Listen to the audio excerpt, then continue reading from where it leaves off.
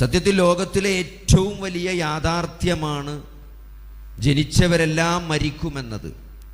ലോകത്തെത്രയോ സമ്പന്നരും കോടീശ്വരും ശാസ്ത്രജ്ഞരും സാഹിത്യകാരന്മാരും എല്ലാ തരത്തിലുള്ള ആളുകളും ഇവിടെ ജനിച്ചിട്ടുണ്ട്. അവരെല്ലാം മൺമറഞ്ഞു പോയിട്ടുണ്ട്.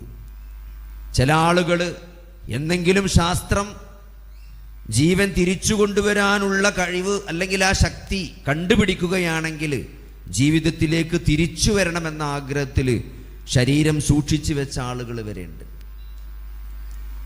പക്ഷെ ഒരാൾക്കും ജീവിതത്തിലേക്ക് തിരിച്ചു വരാൻ സാധിച്ചിട്ടില്ല. റസൂലുള്ളാഹി സ്വല്ലല്ലാഹു അലൈഹി വസല്ലമ പോലും വഫാത്തായിട്ടുണ്ട്. ഇത് വലിയൊരു യാഥാർത്ഥ്യമാണ്. ഇത് ആർക്കും ചിന്തിച്ചാൽ മനസ്സിലാകുന്ന ഒരു കാര്യമാണ് മരിക്കുമെന്നുള്ളത്. മരിക്കുമെന്നല്ല അല്ലാഹു സുബ്ഹാനഹു വ തആല പറഞ്ഞത്, മരണത്തെ ആസ്വദിക്കുമെന്നാണ്. ഇവിടെ ഇപ്പം നല്ലൊരു ബിരിയാണി കൊണ്ടുവന്നിട്ട് അത് കഴിച്ചിട്ട് എങ്ങനെ ഉണ്ട് എന്ന് ചോദിച്ചാൽ 10 ആൾക്കും 10 അഭിപ്രായക്കാരം. അതിൻ്റെ ടേസ്റ്റ് ഓരോരുത്തർക്കും വ്യത്യസ്തമായിരിക്കും. അപ്പം ഞങ്ങൾ യാത്ര ചെയ്തു വന്നപ്പോൾ ഞങ്ങളെ കൂടെ ഒരു സുഹൃത്തിന് ജലദോഷമുണ്ട്. അപ്പോൾ എവിടെ ഭക്ഷണം കഴിച്ചിട്ട് അദ്ദേഹത്തിന് ടേസ്റ്റ് ഇല്ല. അപ്പം അതെന്താ, ഭക്ഷണത്തിൻ്റെ പ്രശ്നമല്ല. അപ്പം അതുകൊണ്ട് ഇത് ആസ്വദിക്കുക എന്നുള്ളത് അത് ഓരോരുത്തർക്കും വ്യത്യസ്തമാണ്. മരണത്തെ നിങ്ങൾ ആസ്വദിക്കുന്നതാണ് അല്ലാഹു സുബ്ഹാനഹു വ തആല പറഞ്ഞത്. അത് സത്യവിശ്വാസിയുടെ ആത്മാവ് ആ ശരീരത്തിൽ നിന്ന് വലിച്ചെടുക്കുന്നത് കൂജയിൽ നിന്ന് വെള്ളമൊഴിക്കുന്നത് പോലെയാണ്. സത്യനിഷേധിയുടെ ആത്മാവ് പുറത്തു കൊണ്ടുവരെ അടിച്ച് പുറത്തെടുക്കുക ചെയ്യാം. ഒരു നനഞ്ഞ പള്ളിക്കെട്ടിൽ നിന്ന് ഇരുമ്പിൻ്റെ കുളത്ത് എങ്ങനെയാണോ വലിച്ചെടുക്കുക, എത്ര പ്രയാസം ഉണ്ടാകും, അത്ര പ്രയാസത്തിലായിരിക്കും ഒരു സത്യനിഷേധിയുടെ ആത്മാവിനെ പുറത്തെടുക്കുക എന്നാണ്. അങ്ങനെ ആ മരണം ആസ്വദിച്ചിട്ട് നാളെ പരലോകത്ത് ഇന്നമാ തുവഫൗന ഉജൂറക്കും, വലിയൊരു യാഥാർത്ഥ്യമാണ് അല്ലാഹു സുബ്ഹാനഹു വ തആല നമ്മൾ അറിയിക്കുന്നത്. എന്താണത്? കർമ്മങ്ങളുടെ പ്രതിഫലം ഒരിക്കലും ഈ ലോകത്ത് നിങ്ങൾ പ്രതീക്ഷിക്കരുത്. ചില ആളുകൾ പലപ്പോഴും പറയാറുണ്ട്, എന്തെങ്കിലും ഒരു പ്രയാസം ഉണ്ടായാൽ ഞാൻ എന്ത് തെറ്റാണ് ചെയ്തത്, എന്തിനാണ് അള്ളാഹ് എന്നെങ്ങനെ പരീക്ഷിക്കുന്നത്, ഞാൻ 5 നേരം നിസ്കരിക്കേണ്ട ഒരാളെ ഞാൻ ഉപദ്രവിക്കാറില്ല. ഒരു ഉമ്മ പറഞ്ഞാണ്, മകൻ വളരെ ചെറുപ്പത്തിൽ കാഴ്ച നഷ്ടപ്പെട്ട ഒരു ഉമ്മ സങ്കടം പറയാണ്. 35-ാമത്തെ വയസ്സിൽ കാഴ്ച നഷ്ടപ്പെട്ട ഒരു ആ മകനെ കൊണ്ടുള്ള ഒരു വേദന ഉമ്മ പങ്കുവെക്കാണ്. എൻ്റെ മോൻ ഒരു ഉറുമ്പിനെ പോലും നോവിച്ചിട്ടില്ല, എൻ്റെ മകൻ എന്തുകൊണ്ട് വന്നു എന്നാണ്. ഒരു ഉറുമ്പിനെ നോവിക്കാതെ അത്രയും പുണ്യവാനായി ജീവിച്ചതിൻ്റെ പ്രതിഫലം അത് ഈ ലോകത്ത് നിന്ന് പൂർത്തിയാക്കി കിട്ടുമെന്ന് നമ്മൾ വിചാരിക്കരുത് സഹോദരങ്ങൾ. വളരെ വ്യക്തമായിട്ടാണ് പറഞ്ഞത്. വഇന്നമാ തുവഫൗന ഉജൂറക്കും യൗമൽ ഖിയാമ, ഖിയാമത്ത് നാളിലാണ്, പരലോകത്താണ് നിങ്ങൾക്ക് പൂർണ്ണമായി പ്രതിഫലം നൽകപ്പെടുക.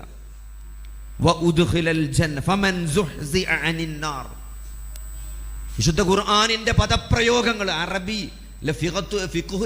അറബിയിൽ ഓരോ പദത്തിനും ഓരോ അതിനൊരു ഫിഖ് ഉണ്ട്. സുഹ്സിഅ എന്ന പദം പരിശോധിച്ചാൽ മനസ്സിലാകും.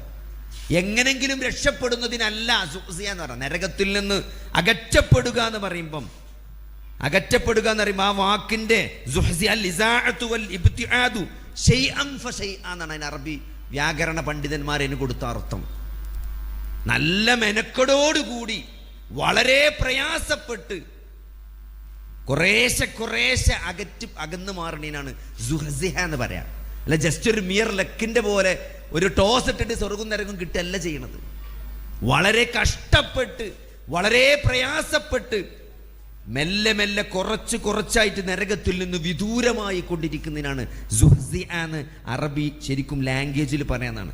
ഫമൻ സുഹ്സിഅ അനിൻ നാർ, നരകത്തിൽ നിന്ന് അകറ്റപ്പെടുക, വഉദ്ഖിലൽ ജന്ന, സ്വർഗത്തിൽ പ്രവേശിക്കപ്പെടുക, ഫഖദ് ഫാസ്, തീർച്ചയായും അവനാണ് വിജയിച്ചവൻ എന്നാണ്. അപ്പൊ അതുകൊണ്ട് ഈ സ്വർഗത്തിലേക്ക് പ്രവേശിക്കുക എന്നുള്ളത് അത്ര എളുപ്പമുള്ള കാര്യമല്ല. സൂറത്തു മറിയമിൽ നമുക്ക് വ്യക്തമായിട്ട് കാണാൻ പറ്റും. അല്ലാഹു സുബ്ഹാനഹു വ തആല പറയാണ്, എന്താണ് കൃത്യമായിട്ട്, വഇന്ന മിൻകും ഇല്ലാ വാരിദുഹാ കാന അലാ റബ്ബിക ഹത്മൻ മഖ്ദിയ, നിങ്ങളിൽ ഓരോരുത്തരും നിങ്ങളിൽ നരകത്തിന്റെ അടുത്തേക്ക് വരാത്തവരായി ആരും തന്നെ ഇല്ല എന്നാണ്. ആ നരകത്തിന്റെ മുകളിലൂടെ അല്ലാതെ സ്വർഗത്തിലേക്ക് പോകാൻ സാധിക്കൂല എന്നാണ്. നരകത്തിന്റെ മുമ്പിൽ എല്ലാവരും ഹാജരാക്കപ്പെടും. എല്ലാവരും അവിടെ ചങ്കിടിച്ച് അവിടെ നല്ല ടെൻഷൻ അടിക്കേണ്ട ഒരു ഘട്ടം നമ്മുടെ ജീവിതത്തിൽ കടന്നു വരാനുണ്ട് സഹോദരങ്ങളെ. അങ്ങനെ വെറുതെ ഒരു സ്വർഗത്തിലേക്ക് പോകല്ല ചെയ്യാം. നരകത്തിന്റെ മുകളിലൂടെ, സിറാത്തിന്റെ മുകളിലൂടെ സ്വർഗത്തിലേക്ക് പോകണമെങ്കിൽ അത് നല്ല പ്രയാസം ഉണ്ടാവും. അതുകൊണ്ട് സഹോദരങ്ങൾ, ഇത് ഒരു ബോധപൂർവമുള്ള ജീവിതത്തിനാണ്. ഓരോ സെക്കൻഡും ബോധപൂർവം ജീവിക്കാൻ, നരകത്തിൽ നിന്ന് അകലാൻ, നരകത്തിൽ നിന്ന് മാറി നിൽക്കാൻ നമ്മൾ ബോധപൂർവമായ ശ്രമം നടത്തണം. അല്ലേ? ഏറ്റവും ബുദ്ധിമാനായ ആളാരാണ്? നമ്മളെപ്പോഴും പറയും നമ്മുടെ കുട്ടികൾക്ക് ബുദ്ധി ഉണ്ടോ, IQ ഉണ്ടോ, ഇന്റലിജൻസിലെ IQ ടെസ്റ്റ് നടത്തും. നല്ല ബുദ്ധിയുള്ളത് ആരാണ്? പണ്ടൊക്കെ പറഞ്ഞിരുന്നത് IQ ഉള്ളവരാണ് ഏറ്റവും ബുദ്ധിയുള്ളവരെന്നാണ്.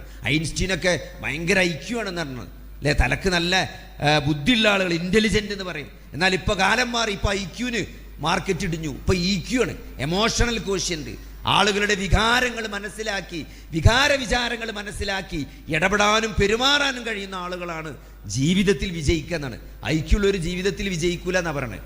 ഒരു ബുദ്ധിയുള്ള ഒരു പിരാന്തായി പോവുക ചെയ്യാം, ആൾക്കാർ ഉൾക്കൊള്ളാൻ കഴിയാതെ. പക്ഷേ EQ ഉള്ളവൻ ജീവിതത്തിൽ വിജയിക്കുന്നതാണ്. പക്ഷേ സഹോദരങ്ങളെ, വിശുദ്ധ ഹദീസിൽ റസൂലുള്ളാഹി സ്വല്ലല്ലാഹു അലൈഹി വസല്ലം പറയാണ്, ആരാണ് ഏറ്റവും ബുദ്ധിമാൻ? IQ ഉള്ളവനാണോ, EQ ഉള്ളവനാണോ സഹോദരങ്ങളെ ബുദ്ധിമാൻ? അല്ലാഹുവിന്റെ റസൂൽ പറയാണ്, ആരാണ്? അൽ കയ്യിസു മൻ ദാന നഫ്സഹു വഅമില ലിമാ ബഅദൽ മൗത്ത്. ആരാണ് ഏറ്റവും ബുദ്ധിമാനായ മനുഷ്യൻ? ആ മരണത്തിന് വേണ്ടി തയ്യാറെടുക്കുന്ന മനുഷ്യനാണ്. മരണത്തിന് ശേഷം വരാനിരിക്കുന്ന കാര്യങ്ങൾക്ക് വേണ്ടി ഏറ്റവും നന്നായി ഒരുങ്ങുന്നവനാണ് ഏറ്റവും ബുദ്ധിയുള്ള മനുഷ്യൻ എന്നാണ്. ഏറ്റവും ബുദ്ധിയുള്ള, ഏറ്റവും വിഡ്ഢിയാരങ്ങൾ, ഏറ്റവും വിഡ്ഢി ഇതൊക്കെ തൻ്റെ നഫ്സിന്റെ ഇച്ഛകളെ പിൻപറ്റുകയും അള്ളാഹുവിൻ്റെ കാരുണ്യത്തിൽ മാത്രം പ്രതീക്ഷയർപ്പിക്കുകയും ചെയ്യുന്ന മനുഷ്യനാണ് ഏറ്റവും വലിയ വിഡ്ഢി എന്നാണ്. അതായത് ചെയ്യേണ്ടതൊന്നും ചെയ്യാതെ അള്ളാഹുവിൻ്റെ കാരുണ്യം കിട്ടുമെന്ന് വിചാരിച്ച് നിൽക്കുന്നവൻ.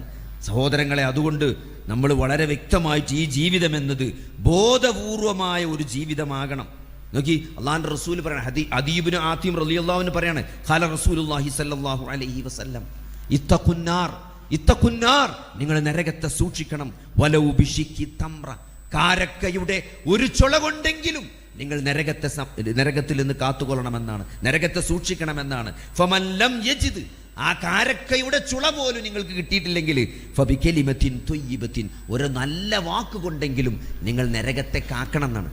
അപ്പൊ നരകത്തെ കാക്കുക എന്നുള്ളത് അതൊരു വിശ്വാസിയുടെ പോളിസിയാണ്, ഒരു വിശ്വാസിയുടെ ജീവിതത്തിന്റെ ഭാഗമാണ്. നരകത്തിൽ നിന്ന് അകറ്റപ്പെടുക എന്നുള്ളത് അത് ആരോടാ പറയണത്? സഹാബത്തിനോടാണ് പറയുന്നത്. വലിയ വലിയ സമ്പാദ്യങ്ങളൊന്നുമില്ലാതെ, വലിയ വലിയ കാര്യങ്ങളൊന്നും ദാനം ചെയ്യാനില്ലാത്ത സഹാബത്തിനോടാണ് അള്ളാന്റെ റസൂൽ. പട്ടിണി പാവങ്ങളായ തൻ്റെ മുമ്പിലിരിക്കുന്ന സഹാബത്തിനെ നോക്കിയിട്ടാണ് അള്ളാന്റെ റസൂൽ പറഞ്ഞത്, ഒരു കാരക്കയുടെ ചുള കൊണ്ടെങ്കിലും. അല്ലേ? ഒരു കാരക്ക മൂന്ന് പറഞ്ഞില്ല, ഒരു കാരക്കയുടെ ചുള എന്ന് പറയുമ്പോൾ അതെത്ര ചെറുതായിരിക്കും അല്ലേ? നമ്മൾ മോഡേൺ അറബിയിൽ ഷുക്ക എന്ന് പറഞ്ഞാൽ എന്താണ്? ഷുക്ക എന്ന് പറഞ്ഞാൽ ഫ്ലാറ്റിനാണ് പറയാ അറബിയിൽ. ഷുക്ക എന്താ? ഫ്ലാറ്റ് എന്ന് പറഞ്ഞാൽ ഒരു വലിയ ബിൽഡിങ്ങിന്റെ ചെറിയൊരു പീസാണ് ഒരു ഫ്ലാറ്റ് എന്ന് പറഞ്ഞാൽ. അതാണ് ഷുക്ക എന്നുള്ള അറബി പദം. ഒരു ചെറിയ കാരക്കയുടെ കഷ്ണം കൊണ്ടെങ്കിലും നിങ്ങൾ നരകത്തെ കാക്കണം സഹാബത്ത് എന്ന്. അതിന് കഴിയൂലെങ്കിലോ ഒരു നല്ല വാക്ക് കൊണ്ടെങ്കിലും നിങ്ങൾ നരകത്തെ കാക്കണം എന്നാണ്. അപ്പോൾ സഹോദരങ്ങളെ, അത്രയും ഗൗരവമുള്ള വിഷയമാണ് നരകത്തിൽ പതിക്കുക എന്നുള്ളത്, നരകത്തിൽ നിന്ന് രക്ഷപ്പെടുക എന്നുള്ളത്. ഇവിടെ എന്താണ്? നരകത്തെ കാക്കാൻ വേണ്ടിയിട്ടാണ് കാരക്ക കൊടുക്കുന്നത് അല്ലേ? ഒരു നിയ്യത്തിന്റെ പ്രത്യേകതയാണ്. അള്ളാഹുവിന്റെ പൊരുത്തം ആഗ്രഹിച്ച്, നരകത്തിൽ നിന്ന് രക്ഷപ്പെടണമെന്ന് ആഗ്രഹിച്ച്, സ്വർഗത്തിലെത്തണമെന്ന് ആഗ്രഹിച്ച്, എൻ്റെ കർമ്മങ്ങൾ എൻ്റെ റബ്ബ് സ്വീകരിക്കണം എന്ന ആത്മാർത്ഥമായ ഇഖ്ലാസോടുകൂടി നിങ്ങൾ കൊടുക്കുന്ന ഒരു കാരക്കയുടെ ചുള പോലും, ഒരു നല്ല വാക്ക് പോലും അള്ളാഹു നഷ്ടപ്പെടുത്തൂല എന്ന് പറയുമ്പം എത്രയാണ് കോടികൾ നമ്മൾ ധർമ്മം ചെയ്താലും ദാനം ചെയ്താലും അള്ളാഹുവിൻ്റെ തൃപ്തി നമ്മൾ ഉദ്ദേശിക്കുന്നില്ലെങ്കിൽ, ആരെങ്കിലും കാണട്ടെ അറിയട്ടെ മറ്റു പലരുടേതാണ് നമ്മുടെ ലക്ഷ്യമെങ്കിൽ സഹോദരങ്ങളെ അതൊക്കെ പാഴായി പോകുന്നതാണ്. പക്ഷേ അള്ളാഹുവിൻ്റെ നോക്കി, ഒരു ഹദീസിൽ കാണാൻ പറ്റും, ഒരു ഹദീസിൽ ഇഖ്ലാസിന്റെ പ്രത്യേകത പറയുന്ന ഹദീസിൽ കാണാൻ പറ്റും. നബി സല്ലല്ലാഹു അലൈഹി വസല്ലം പറയാണ്, എനിക്ക് തോന്നുന്നു ബനു ഇസ്രായേൽ നടന്നൊരു സംഭവമാണെന്നാണ് എൻ്റെ ഓർമ്മ. എന്താണ്?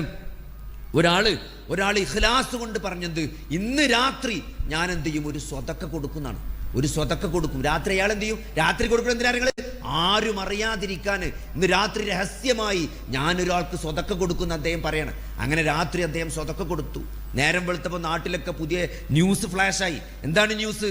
നമ്മളെ നാട്ടിലെ പെരും കള്ളന് ഇന്നലെ രാത്രി ആരോ പോയിട്ട് സ്വതക്ക കൊടുത്തിട്ടുണ്ട്. അപ്പൊ സ്വതക്ക കിട്ടിയത് ആർക്കാര്യങ്ങൾ? ആ നാട്ടിലെ പെരും കള്ളനാണ് കിട്ടിയത്. കാരണം ഇത് രാത്രി കൊടുത്തോണ്ടത് ആർക്കാന്ന് മനസ്സിലായില്ല. അങ്ങനെ എന്ത് ചെയ്തു? ഇദ്ദേഹത്തിന് വലിയ വിഷമായി. പക്ഷെ അദ്ദേഹം പിന്മാറിയില്ല. അദ്ദേഹം പറഞ്ഞു, ഇന്നും രാത്രി ഞാൻ കൊടുക്കുന്നതാണ്, ഇന്നും രാത്രി കൊടുക്കുന്നതാണ്. അങ്ങനെ അന്ന് രാത്രിയും അദ്ദേഹം ആരും കാണാതെ എന്ത് ചെയ്തു? സ്വതക്ക കൊടുത്തു. നേരം വെളുത്തപ്പം വീണ്ടും നാട്ടിൽ അടുത്ത പുതിയ ന്യൂസ്, നമ്മളെ നാട്ടിലെ വേശ്യക്കാരോ ഇന്നലെ രാത്രി വലിയൊരു തുക സ്വതക്കയായി കൊടുത്തിട്ടുണ്ടെന്നാണ്. അങ്ങനെ പിറ്റേന്നും എന്തായി? അദ്ദേഹം പിന്മാറില്ല. ഇന്നും ഞാൻ കൊടുക്കുമെന്ന് മൂന്നാമത്തെ രാത്രിയും അദ്ദേഹം വലിയൊരു സ്വതക്ക കൊടുത്തു, ആരും അറിയാതെ. ആർക്കാണ് കിട്ടിയത്? നിങ്ങൾ ആ നാട്ടിലെ ഏറ്റവും ധനാഢ്യനായ മനുഷ്യനാണ് ആ സ്വതക്ക കിട്ടിയത്. അങ്ങനെ നാട്ടിലാകെ ചർച്ചയായി. പക്ഷേ അത് ആത്മാർത്ഥമായി അള്ളാഹുവിന്റെ വജ്ഹ് ഉദ്ദേശിച്ചു കൊണ്ട് കൊടുത്തായതുകൊണ്ട് അത് അള്ളാഹു കബൂൽ ചെയ്ത്. എങ്ങനെയാ നിങ്ങൾ ആ മോഷ്ടാവായ മനുഷ്യന് മാറ്റം വന്നു. അയാൾ ചിന്തിച്ചെന്തര്, ഞാനിപ്പോ ചെറിയ ചെറിയ പൈസക്കും വേണ്ടിയുള്ള ഈ കക്കാൻ നടക്കണ്, ഇത് തന്നൊരാളുടെ മനസ്സുണ്ടാവുമല്ലോ, നാളെ പരലോകത്ത് അല്ലാഹുവിന്റെ പ്രതിഫലം ആഗ്രഹിച്ചു കൊണ്ടായിരിക്കുമല്ലോ ഒരു മനുഷ്യൻ ഇത്രയും വലിയ സംഖ്യ എനിക്ക് സ്വതക്ക തന്നത്. അപ്പൊ അദ്ദേഹം അത് മാറി ചിന്തിച്ച മോഷണം നിർത്തി. അദ്ദേഹം നന്നായി എന്നാണ്. ആ വേശ്യയും ചിന്തിച്ച അതേപോലെ, ഞാൻ ചെറിയ നക്കാപ്പിച്ച കാശിന് വേണ്ടിയാണ് ഞാൻ ഈ വേശ്യാവൃത്തി ചെയ്യുന്നത്, പക്ഷെ ഇത്ര വലിയ സംഖ്യ എനിക്ക് സ്വതക്ക തന്ന മനുഷ്യന്റെ ഒരു മനസ്സുണ്ടാവുമല്ലോ, നാളെ സ്വർഗം കിട്ടണം, നാളെ രക്ഷപ്പെടണം, ദൈവത്തിന്റെ പ്രീതി കിട്ടണം എന്നത് ആ മനസ്സ് കാണാതെ പോയില്ല എന്നാണ്. ആ മനസ്സിനെ പറ്റി ചിന്തിച്ചിട്ട് ആ വേശ്യ മാറി എന്നാണ് അല്ലേ? ആ പിശുക്കനായ സമ്പന്നനായ മനുഷ്യൻ ആ സ്വതക്ക കിട്ടിയപ്പം അയാൾ ചിന്തിച്ചു, ഇത്രയും സമ്പത്തുണ്ടായിട്ട് ഞാൻ ഇതുവരെ ഒരു നയാ പൈസ പോലും ഒരാൾക്ക് കൊടുത്തിട്ടില്ല. പക്ഷെ ഒരു രാത്രി ഒരു മനുഷ്യൻ, ഒരു പരിചയമില്ലാത്ത ഒരാൾ വന്ന് ഞാൻ മിസ്കീനാണെന്ന് വിചാരിച്ച് ഇത്രയും വലിയ തുക എനിക്ക് നൽകിയ ആ മനുഷ്യന്റെ മനസ്സെന്തായിരിക്കും? അയാൾ പ്രതിഫലം ആഗ്രഹിക്കുന്ന ഒരു പരലോകമുണ്ടല്ലോ, അത് അയാളെ ചിന്തിപ്പിച്ചു. അയാൾ മാറി. ഈ മൂന്നാളുകളും ആ നാട്ടിൽ മാറി എന്നാണ്. ഇതെന്തുകൊണ്ടാണ് സഹോദരങ്ങളെ? ഇഖ്ലാസ് കൊണ്ടാണ്. അള്ളാഹുവിന്റെ പ്രതിഫലം കിട്ടണം, അള്ളാഹു കബൂൽ ചെയ്യണമെന്ന ആത്മാർത്ഥമായ ആഗ്രഹം കൊണ്ടാണ് അത്രയും മാറ്റം തേടി അള്ളാഹു സുബ്ഹാനഹു വ തആല ഉണ്ടാക്കിയത്. അതുകൊണ്ട് ചെയ്യുന്ന കർമ്മങ്ങൾ എത്ര ചെറുതാണെങ്കിലും അല്ലേ, ഒരു അണുമണി തൂക്കം നന്മ ചെയ്താൽ അത് നാളെ കാണും, അത് അള്ളാഹു വളർത്തിക്കൊണ്ടുവരും. നോക്കി, ഒരു മനുഷ്യൻ ദീർഘമായ യാത്രക്ക് പോവുകയാണ്. ദീർഘമായ യാത്രക്ക് പോകുമ്പം എന്ത് ചെയ്യും? കയ്യിലുള്ള സാധനങ്ങളൊക്കെ അയൽവാസി ഏൽപ്പിച്ചിട്ടാണ് പോവുക. ഇന്നത്തെ പോലത്തെ എന്തില്ല, ഒരു സാധാരണക്കാരന് ഇതൊന്നും ഏൽപ്പിക്കാൻ എന്തുണ്ടാവില്ല, സർവന്റും നാട്ടുകാരൊന്നും ഉണ്ടാവില്ല. അതുകൊണ്ട് അയൽവാസിയെ, തൻ്റെ വീട്ടിൽ എന്താ അത്യാവശ്യമുള്ളത് അത് എടുത്തിട്ട് ബാക്കി അയൽവാസിയെ ഏൽപ്പിച്ചിട്ടാണ് ദീർഘമായ യാത്രക്ക് പോവുക. കാരണം പഴയ കാലത്ത് മരുഭൂമിയിലൂടെ ദീർഘയാത്ര നടത്തുമ്പം എന്ത് ചെയ്യുക, അസുഖങ്ങൾ വരാ, അതേപോലെ തന്നെ കലാമിറ്റീസ്, പ്രകൃതി ദുരന്തങ്ങൾ സംഭവിക്കുക, തിരിച്ചു വരാനുള്ള ചാൻസ് കുറവാണ്. അതുകൊണ്ട് ഉണ്ടായ ആട്ടിൻകുട്ടിയെ അയൽവാസി ഏൽപ്പിച്ചിട്ട് അയാൾ ദീർഘമായ യാത്രക്ക് പോവുകയാണ്. തിരിച്ചു വരുന്ന സമയം, വർഷങ്ങൾക്ക് ശേഷം അദ്ദേഹം തിരിച്ചു വരികയാണ്. അപ്പൊ അയൽവാസി പറയാണ്, നിങ്ങൾ അന്ന് തന്ന ആ ആട്, അന്ന് ഏൽപ്പിച്ച ആ ആട് ആ മലഞ്ചെരിവിലുണ്ട് എന്നാണ്. അങ്ങനെ അദ്ദേഹം ആ മലഞ്ചെരിവിൽ പോകുമ്പം കണ്ണത്താ ദൂരത്തെ വലിയ ആട്ടിൻ കൂട്ടമാണ് അദ്ദേഹം കാണുന്നത്. ആട്ടിൻകൂട്ടമാണ്. അപ്പോ ഒരാടിനെ ഏൽപ്പിച്ചിട്ട് ഒരാട്ടിൻകൂട്ടത്തെ ഇവിടെ കാണുന്നത്. അപ്പൊ തിരിച്ചു വന്ന് ചോദിക്കുമ്പോൾ പറയണത്, അത് മുഴുവൻ നിങ്ങളുടെ ആടാണ്, നിങ്ങളുടെ ആട് പെറ്റുപെരുകിയുണ്ടായ ആട്ടിൻകൂട്ടമാണ് ആ മലഞ്ചെരിവിൽ മുഴുവൻ നിങ്ങൾ കാണുന്നത്, അത് മുഴുവൻ നിങ്ങൾക്കുള്ളതാണ് എന്ന് പറയുമ്പം ആ മനുഷ്യനുണ്ടാകുന്ന സന്തോഷത്രയാണ്. അതേപോലെയാണ് സഹോദരങ്ങളെ നമ്മൾ ചെയ്ത ചെറിയ ചെറിയ കർമ്മങ്ങൾ, ഇഖ്ലാസോടുകൂടി ചെറിയ ചെറിയ കർമ്മങ്ങൾ നാളെ അള്ളാഹു രേഖപ്പെടുത്തി വെച്ചിട്ട് അതിൻ്റെ പ്രതിഫലം നമ്മൾ ചെയ്ത, നമ്മൾ മദ്രസന് കൊടുത്ത, നമ്മൾ മദ്രസക്ക് വേണ്ടി സംഭാവന ചെയ്ത കാശ് അല്ലേ, നമ്മൾ മദ്രസ ഉണ്ടാക്കിയപ്പം നമ്മൾ കൊടുത്തൊരു 100 ചാക്ക് സിമെൻറ്റ് അല്ലെങ്കിൽ 1 ചാക്ക് സിമെൻറ്റ് ആ മദ്രസയിൽ കുട്ടികൾ പഠിച്ചുമ്പം, അവർ ഖുർആൻ പഠിക്കുമ്പം, അവർ ഫാത്തിഹ ഓതി പഠിക്കുമ്പം, അവർ ജീവിതത്തിൽ ഓതിയ ഓരോ ഫാത്തിഹയിലും ഒരു ഷെയർ അള്ളാഹു നമുക്ക് രേഖപ്പെടുത്തുന്നതാണ്.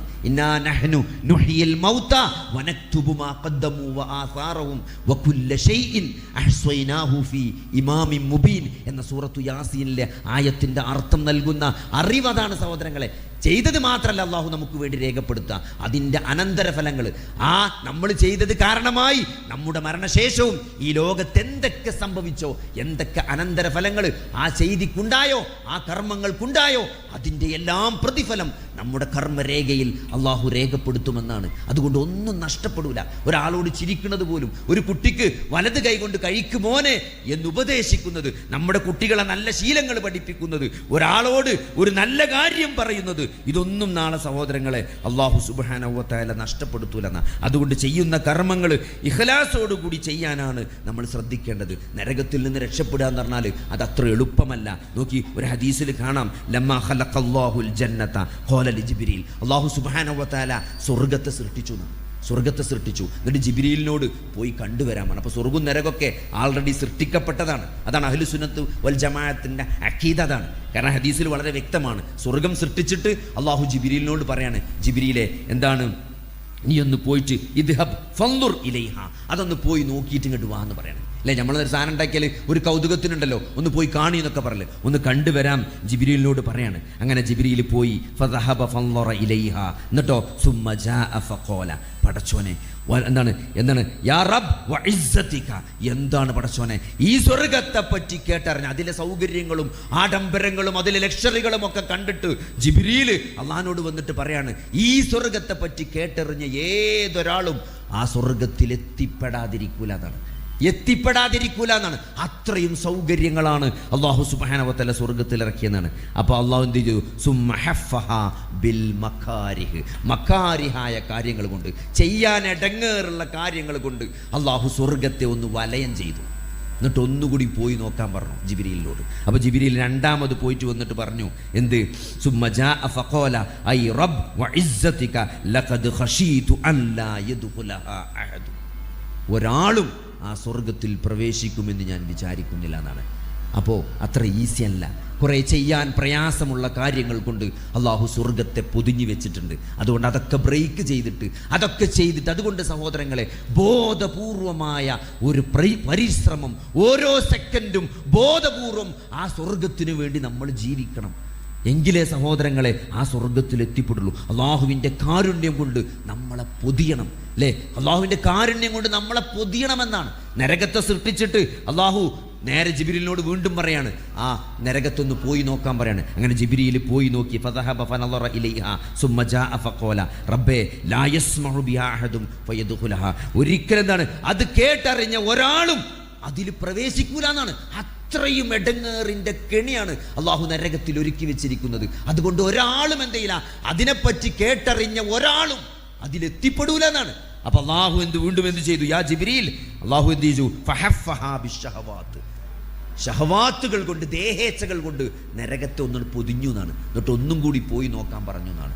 അപ്പോൾ ജിബ്രീൽ വന്നിട്ട് പറഞ്ഞ എന്താ, ഞാൻ ഭയപ്പെടുന്നു, എല്ലാവരും അതിൽ ചെന്ന് പതിക്കുമെന്ന് ഞാൻ ഭയപ്പെടുന്നു എന്നാണ്. അപ്പം അതുകൊണ്ട് സഹോദരങ്ങളെ, ഷഹവാത്തുകൾ കൊണ്ട് പൊതിഞ്ഞ ഒരു നരകത്തെ, അല്ലേ, മക്കാരിഹുകൾ കൊണ്ട് പൊതിഞ്ഞ ഒരു സ്വർഗത്തിലേക്ക് എത്തണമെങ്കിൽ, ഷഹവാത്തുകൾ കൊണ്ട് പൊതിഞ്ഞ ആ നരകത്തിൽ നിന്ന് രക്ഷപ്പെടണമെങ്കിൽ നമ്മുടെ ദേഹേച്ഛകളെ നമുക്ക് നിയന്ത്രിക്കാൻ സാധിക്കണം. അള്ളയും റസൂലും എന്ത് പറഞ്ഞു? ഇപ്പോൾ നേരത്തെ ഉസ്താദ് പറഞ്ഞ കാര്യങ്ങളൊക്കെ അതാണ്. നമ്മുടെ വ്യക്തി നിത്യജീവിതവുമായി ബന്ധപ്പെട്ട് അള്ളാഹുവിൻ്റെ ഈ കൽപ്പനകൾ, അള്ളാഹുവിൻ്റെ റസൂലിൻ്റെ കൽപ്പനകൾ ജീവിതത്തിൽ അനുസരിക്കേണ്ടതിൻ്റെ ആവശ്യകതയും ഇന്നത്തെ സാഹചര്യവുമാണ് കഴിഞ്ഞ പ്രസംഗത്തിൽ നമ്മുടെ ഉസ്താദ് നമുക്ക് കൃത്യമായിട്ട് പറഞ്ഞു തന്നത്. സഹോദരങ്ങളെ, അതുകൊണ്ട് ആ സ്വർഗം നമുക്ക് കിട്ടണമെങ്കിൽ അള്ളാഹുവിൻ്റെ, നമ്മുടെ കർമ്മങ്ങൾ കൊണ്ട് ഒരിക്കലും കിട്ടൂല എന്നാണ് അള്ളാഹിൻ്റെ റസൂല് പറയുന്നുണ്ട്.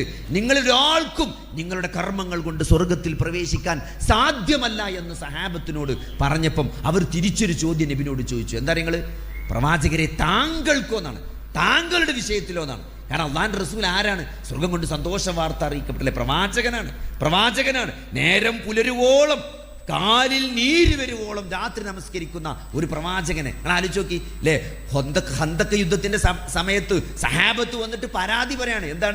എന്താണ് പട്ടിണിയാണ്, മുഴുപട്ടിണിയാണ് മദീനയിൽ. ഒന്നുമില്ല, ഭക്ഷണം കഴിക്കാനൊന്നുമില്ല.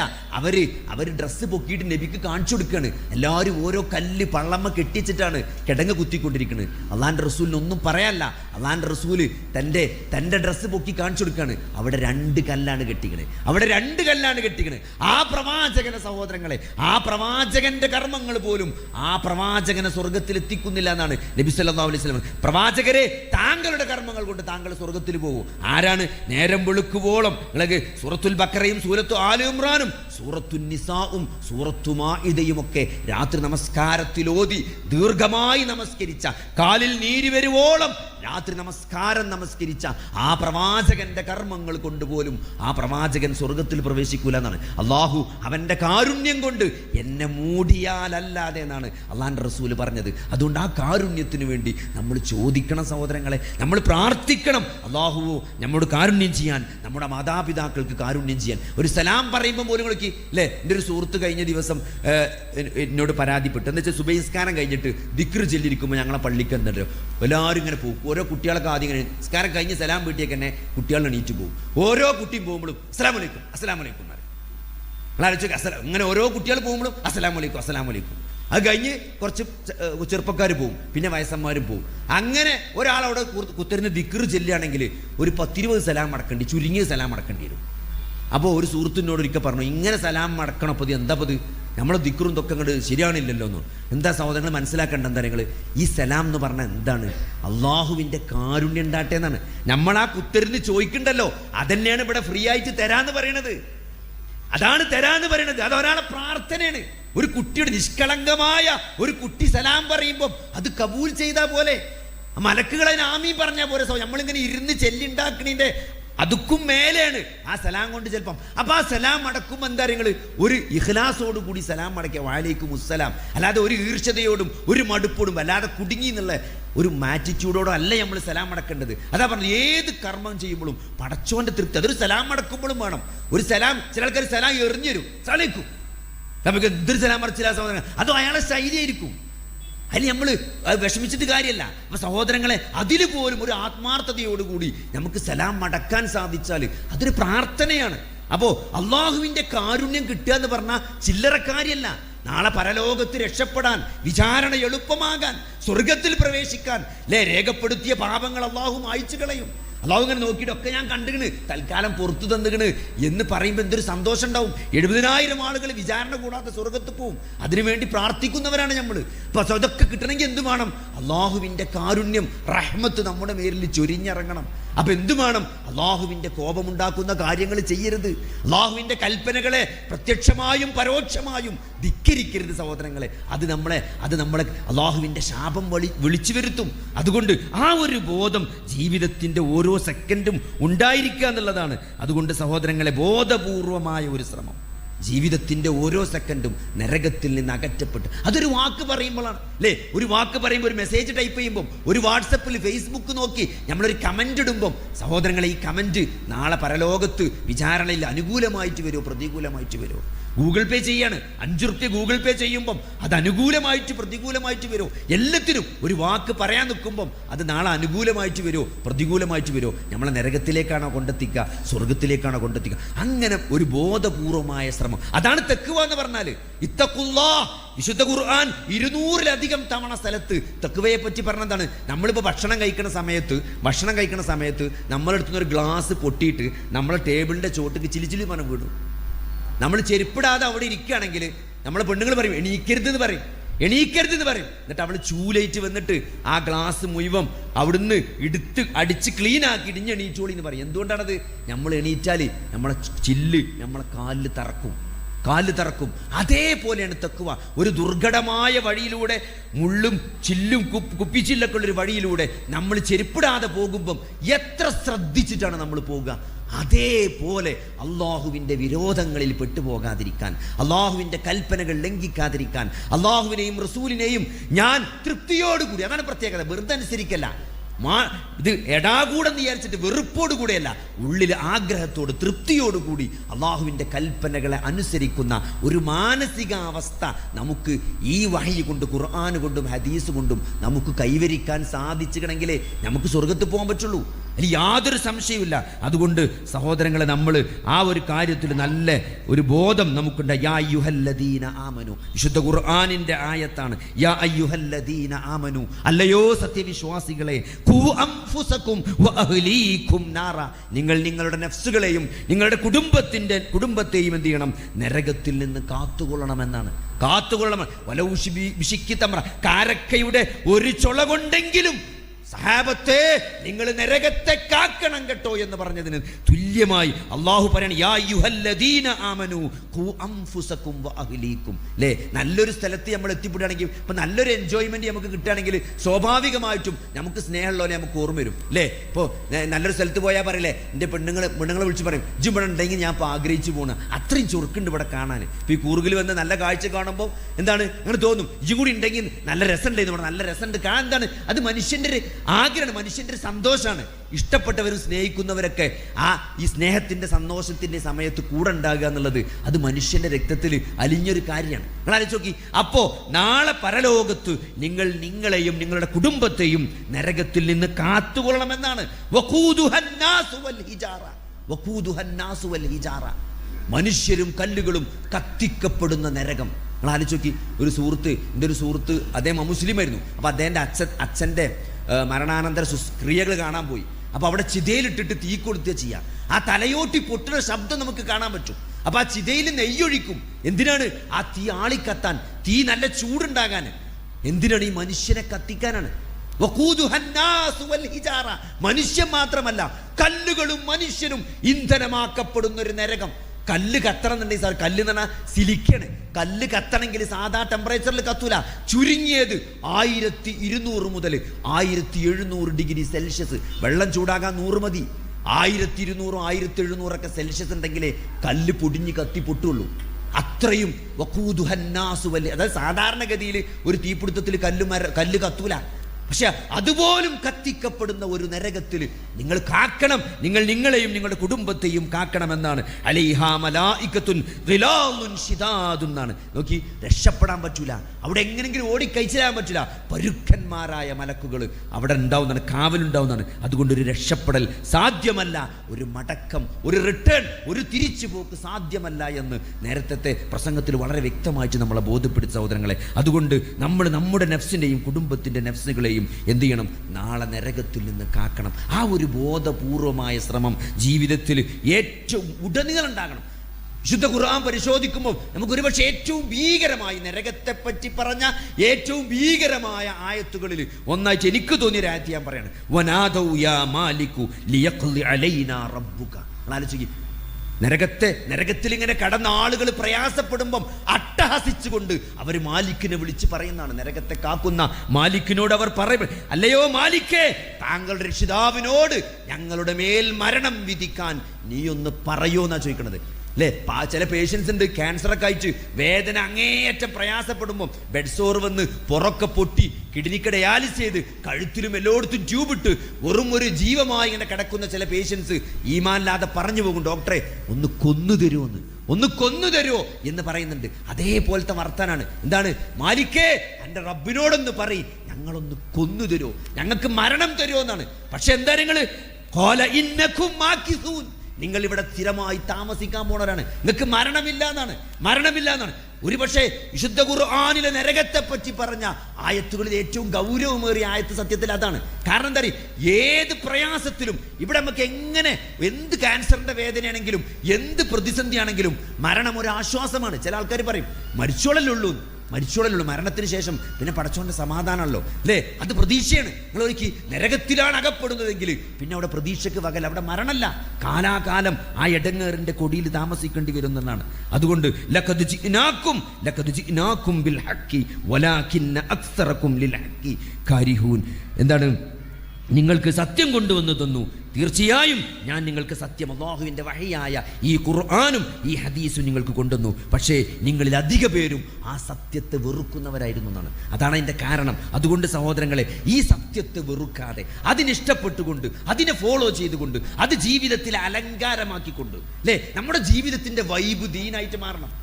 നമ്മൾ എന്തും ആഘോഷിക്കുന്ന നമ്മൾ എന്ത് ചെയ്യണം? നമ്മൾ ആഘോഷിക്കേണ്ടത് നമ്മുടെ ദീനായിരിക്കണം. ഇന്ന് നമ്മൾ അസ്ർ ജമാഅത്ത് നിസ്കരിച്ചോ, മഗ്രിബ് ജമാഅത്ത് നിസ്കരിച്ചോ, അതിലാണ് നമ്മൾ സന്തോഷം കൊള്ളേണ്ടത്. അല്ലാതെ നമുക്ക് എന്തെങ്കിലും ഒരു സാമ്പത്തിക നഷ്ടമുണ്ടായതിലല്ല നമ്മൾ വിഷമിക്കേണ്ടത്. നമ്മുടെ ഒരു ജമാഅത്ത് ഉറങ്ങിപ്പോയിട്ട് മിസ്സായിട്ടുണ്ടെങ്കിൽ അതിലാണ് നമ്മൾ വിഷമിക്കേണ്ടത്, അല്ലേ? നമ്മുടെ മകനെ നമ്മൾ പള്ളിയിൽ മുന്നത്തെ സഫിൽ കണ്ടില്ല, അതിലാണ് നമ്മൾ വിഷമിക്കേണ്ടത്. അല്ലാതെ കച്ചവടത്തിൽ ഒരു ദിവസം കുറച്ച് പൈസ കുറഞ്ഞു എന്നതോ എന്തെങ്കിലും സ്ഥലം വിറ്റപ്പം എന്തെങ്കിലും നഷ്ടം പറ്റി എന്നതിലല്ല ഒരു സത്യവിശ്വാസി ദുഃഖിക്കേണ്ടതും വിഷമിക്കേണ്ടതും സഹോദരങ്ങളെ. അതുകൊണ്ട് വിശുദ്ധ ഖുർആനിലെ മറ്റൊരായത്താണ് അവന്റെ ഉമ്മ ഹാവിയയാണെന്ന് പറയുമ്പം, അല്ലേ? ഉമ്മ എന്ന് പറഞ്ഞാൽ എന്താ സ്വരങ്ങളെ? ഒരു കുട്ടിയെ സംബന്ധിച്ചിടത്തോളം ആ കുട്ടിക്ക് ഏറ്റവും കംഫർട്ടായ സ്ഥലം എന്താണ്? ഇപ്പൊ ചിലപ്പോൾ പെണ്ണുങ്ങൾ പറയും നമ്മളോട്, എന്ത്, ഞാൻ ഇന്നലെ രാത്രി ഉറങ്ങിയിട്ടില്ല, നിങ്ങളെ കുട്ടീനെ കൊണ്ട് എന്താ പ്രശ്നം? നമ്മളെ കുട്ടി എന്താ അറിയുള്ളൂ, നമ്മളെ കുട്ടി നിലത്ത് വെച്ചാൽ നുള്ളൊഴിച്ചു, അതിനടുത്ത് പള്ളമ്മക്ക് വെച്ചാലേ എന്ത് ചെയ്യുള്ളൂ, അപ്പം നുള്ളോളി നിർത്തും. അതെന്തുകൊണ്ടാണ്? അല്ലെ? ചിലപ്പോൾ ഇപ്പോൾ സ്ത്രീകൾ പറയല്ലേ, ഞാൻ ഇന്നലെ ഉറങ്ങിയിട്ടില്ല, എന്താ കാരണം? കുട്ടി ഇങ്ങനെ കരയാ, അത് എടുത്ത് പിടിച്ചാലേ കൊണ്ടിടന്നാ നുള്ളൊഴിച്ചില്ല, വെച്ചാ നുള്ളൊഴിച്ചു. അതാ കംഫർട്ടാണ്. ആ അമ്മാന്റെ ശബ്ദം കേൾക്കുമ്പം, ആ അമ്മാന്റെ തലോടൽ കേൾക്കുമ്പം, ആ എൻ്റെ ഉമ്മാന്റെ സ്പർശനം കേൾക്കുമ്പം, അതാണ് ഒരു ഉമ്മ എന്ന് പറഞ്ഞാല് അല്ലേ. ഒരു ഉമ്മ ഏത് ഇടങ്ങേറുണ്ടാവുമ്പോഴും നമ്മളെന്താ പറയാ, ഉമ്മ മണ്ടിയരി എന്ന് പറയാ, എൻ്റെ ഉമ്മ എന്നാ പറയാ. വേദനിക്കുമ്പോൾ പല ആളുകളും എൻ്റെ ഉമ്മ എന്നാ പറയാ, അതൊരു ആശ്വാസമാണ്. പക്ഷേ അവന്റെ ഉമ്മ തന്നെ നരകമാണ് എന്ന് പറയുമ്പം അവനൊരു പ്രതീക്ഷയില്ല എന്നാണ്, ഹോപ്പ്ലെസ് ആണ്, ഒരു പ്രതീക്ഷയുമില്ല എന്നാണ്. ഉമ്മ നരകാണ് എന്ന് പറയുമ്പം ഇനി ഒന്നും പ്രതീക്ഷിക്കേണ്ടതില്ല എന്നാണ്. അത്രയും ഗുരുതരമായിട്ട്, അത്രയും ഗൗരവമായി അല്ലാഹു സുബ്ഹാനഹു വ തആല ഈ നരകത്തെ പറ്റി ബോധ്യപ്പെടുത്തിയിട്ട് സഹോദരങ്ങളെ അതിൽ വന്ന് പതിക്കുക, അതിൽ ചെന്ന് ചാടുക എന്ന് പറഞ്ഞാൽ നമ്മൾ എത്ര വലിയ വിഡ്ഢികളാണ്. നരകത്തിലേക്ക് അടുപ്പിക്കുന്ന മുഴുവൻ കാര്യങ്ങളെയും നിങ്ങൾക്ക് അല്ലാഹുവിന്റെ റസൂൽ അറിയിച്ചു തന്നിട്ടുണ്ട്. സ്വർഗത്തിലേക്ക് നിങ്ങളെ അടുപ്പിക്കുന്ന മുഴുവൻ കാര്യങ്ങളും അല്ലാഹുവിന്റെ റസൂൽ പറഞ്ഞു തന്നിട്ടുണ്ട്, ജീവിച്ച് കാണിച്ചു തന്നിട്ടുണ്ട്. ഇതിലേറെ എന്ത് ഉദാഹരണമാണ് ചെയ്യാൻ പറ്റും? ഇതിലേറെ എന്ത് മാതൃകയാണ് സഹോദരങ്ങളെ ഒരു പ്രവാചകന് ചെയ്യാൻ പറ്റുക? അത്രയും ലഖദ് കാന ഫീ റസൂലില്ലാഹി ഉസ്വത്തുൻ ഹസന, ഏറ്റവും നല്ല മാതൃക. ഓരോ സാഹചര്യത്തിലും എങ്ങനെ പെരുമാറണം, ഏത് നിലപാടെടുക്കണം എന്ന് കൃത്യമായിട്ട് പ്രവാചകൻ 23 വർഷത്തെ പ്രവാചക ജീവിതത്തിൽ, 13 വർഷത്തെ മക്ക ജീവിതത്തിലും 10 വർഷത്തെ മദീന ജീവിതത്തിലും കൂടി ഒരു മുസ്ലിമിന് ജീവിതത്തിൽ ഉടനീളം ആവശ്യമായ, ലോകത്തിന്റെ ഏത് ഭാഗത്തും ഏത് സാഹചര്യത്തിലും ജീവിക്കുന്ന മുസ്ലിമിന് ഏറ്റവും നല്ല മാതൃക നൽകിക്കൊണ്ട് ആ പ്രവാചകന്റെ 23 വർഷത്തെ ജീവിതം ലോകാവസാനം വരെയുള്ള മുഴുവൻ മുസ്ലിങ്ങൾക്കും അല്ല മുഴുവൻ മനുഷ്യർക്കും അള്ളാഹു സാക്ഷിയാക്കി ബാക്കിയാക്കി ഇങ്ങനെ വെച്ചിരിക്കുകയാണ്. ഇതിനേക്കാൾ എന്താണ് സഹോദരങ്ങളെ അള്ളാഹ്ക്ക് നമ്മളോട് ചെയ്യാൻ പറ്റിയ കാരുണ്യം എന്താണ് അല്ലേ? നരകത്തിന്റെ ആയത്തുകൾ, അതിന്റെ ഗൗരവങ്ങൾ അല്ലേ? നരകത്തിലേക്ക് പതിക്കുന്ന ആളുകൾ ആരാണ്? കാഫിർ ആരാണ്? മുനാഫിക് ആരാണ്? ഫാസിഖ് ആരാണ്? എത്ര വ്യക്തമായിട്ടാണ് അള്ളാഹു പറയുന്നത്. നരകത്തിൽ പതിച്ച ആളുകൾ സ്വർഗത്തിൽ വന്ന ആളുകളും തമ്മിൽ സംസാരിക്കാണ്. നരകക്കാരും സ്വർഗക്കാരും തമ്മിൽ സംഭാഷണം നടത്താണ്. ഇതൊന്നും നടന്നതല്ല, നടക്കാനിരിക്കുന്ന കാര്യങ്ങൾ നേരത്തെ അള്ളാഹു അറിയിച്ചു തരാണ്. നിങ്ങൾ എന്തുകൊണ്ട് സ്വർഗത്തിലെന്നു, ഞങ്ങൾ എന്തുകൊണ്ടാണ് നരകത്തിലായത്, അവർ പരസ്പരം ഷെയർ ചെയ്യാണ്. എന്തിനാണ്? ഇതൊക്കെ അറിയാനാണ്. ആരാണ് നരകത്തിൽ പോകുന്നവർ, ആരാണ് സ്വർഗത്തിൽ പോകുന്നവർ, അതൊക്കെ മനസ്സിലാക്കി ആ നരകത്തിൽ നിന്ന് അകലം പാലിച്ചുകൊണ്ട് ആ സ്വർഗത്തിലേക്ക് എത്താനുള്ള നിതാന്ത പരിശ്രമം നടത്താൻ വേണ്ടിയിട്ട്. അതാണ് സഹോദരങ്ങളെ ജീവിതം എന്നത്, അതാണ് ഈ ജീവിതത്തിന്റെ ലക്ഷ്യമെന്നത്.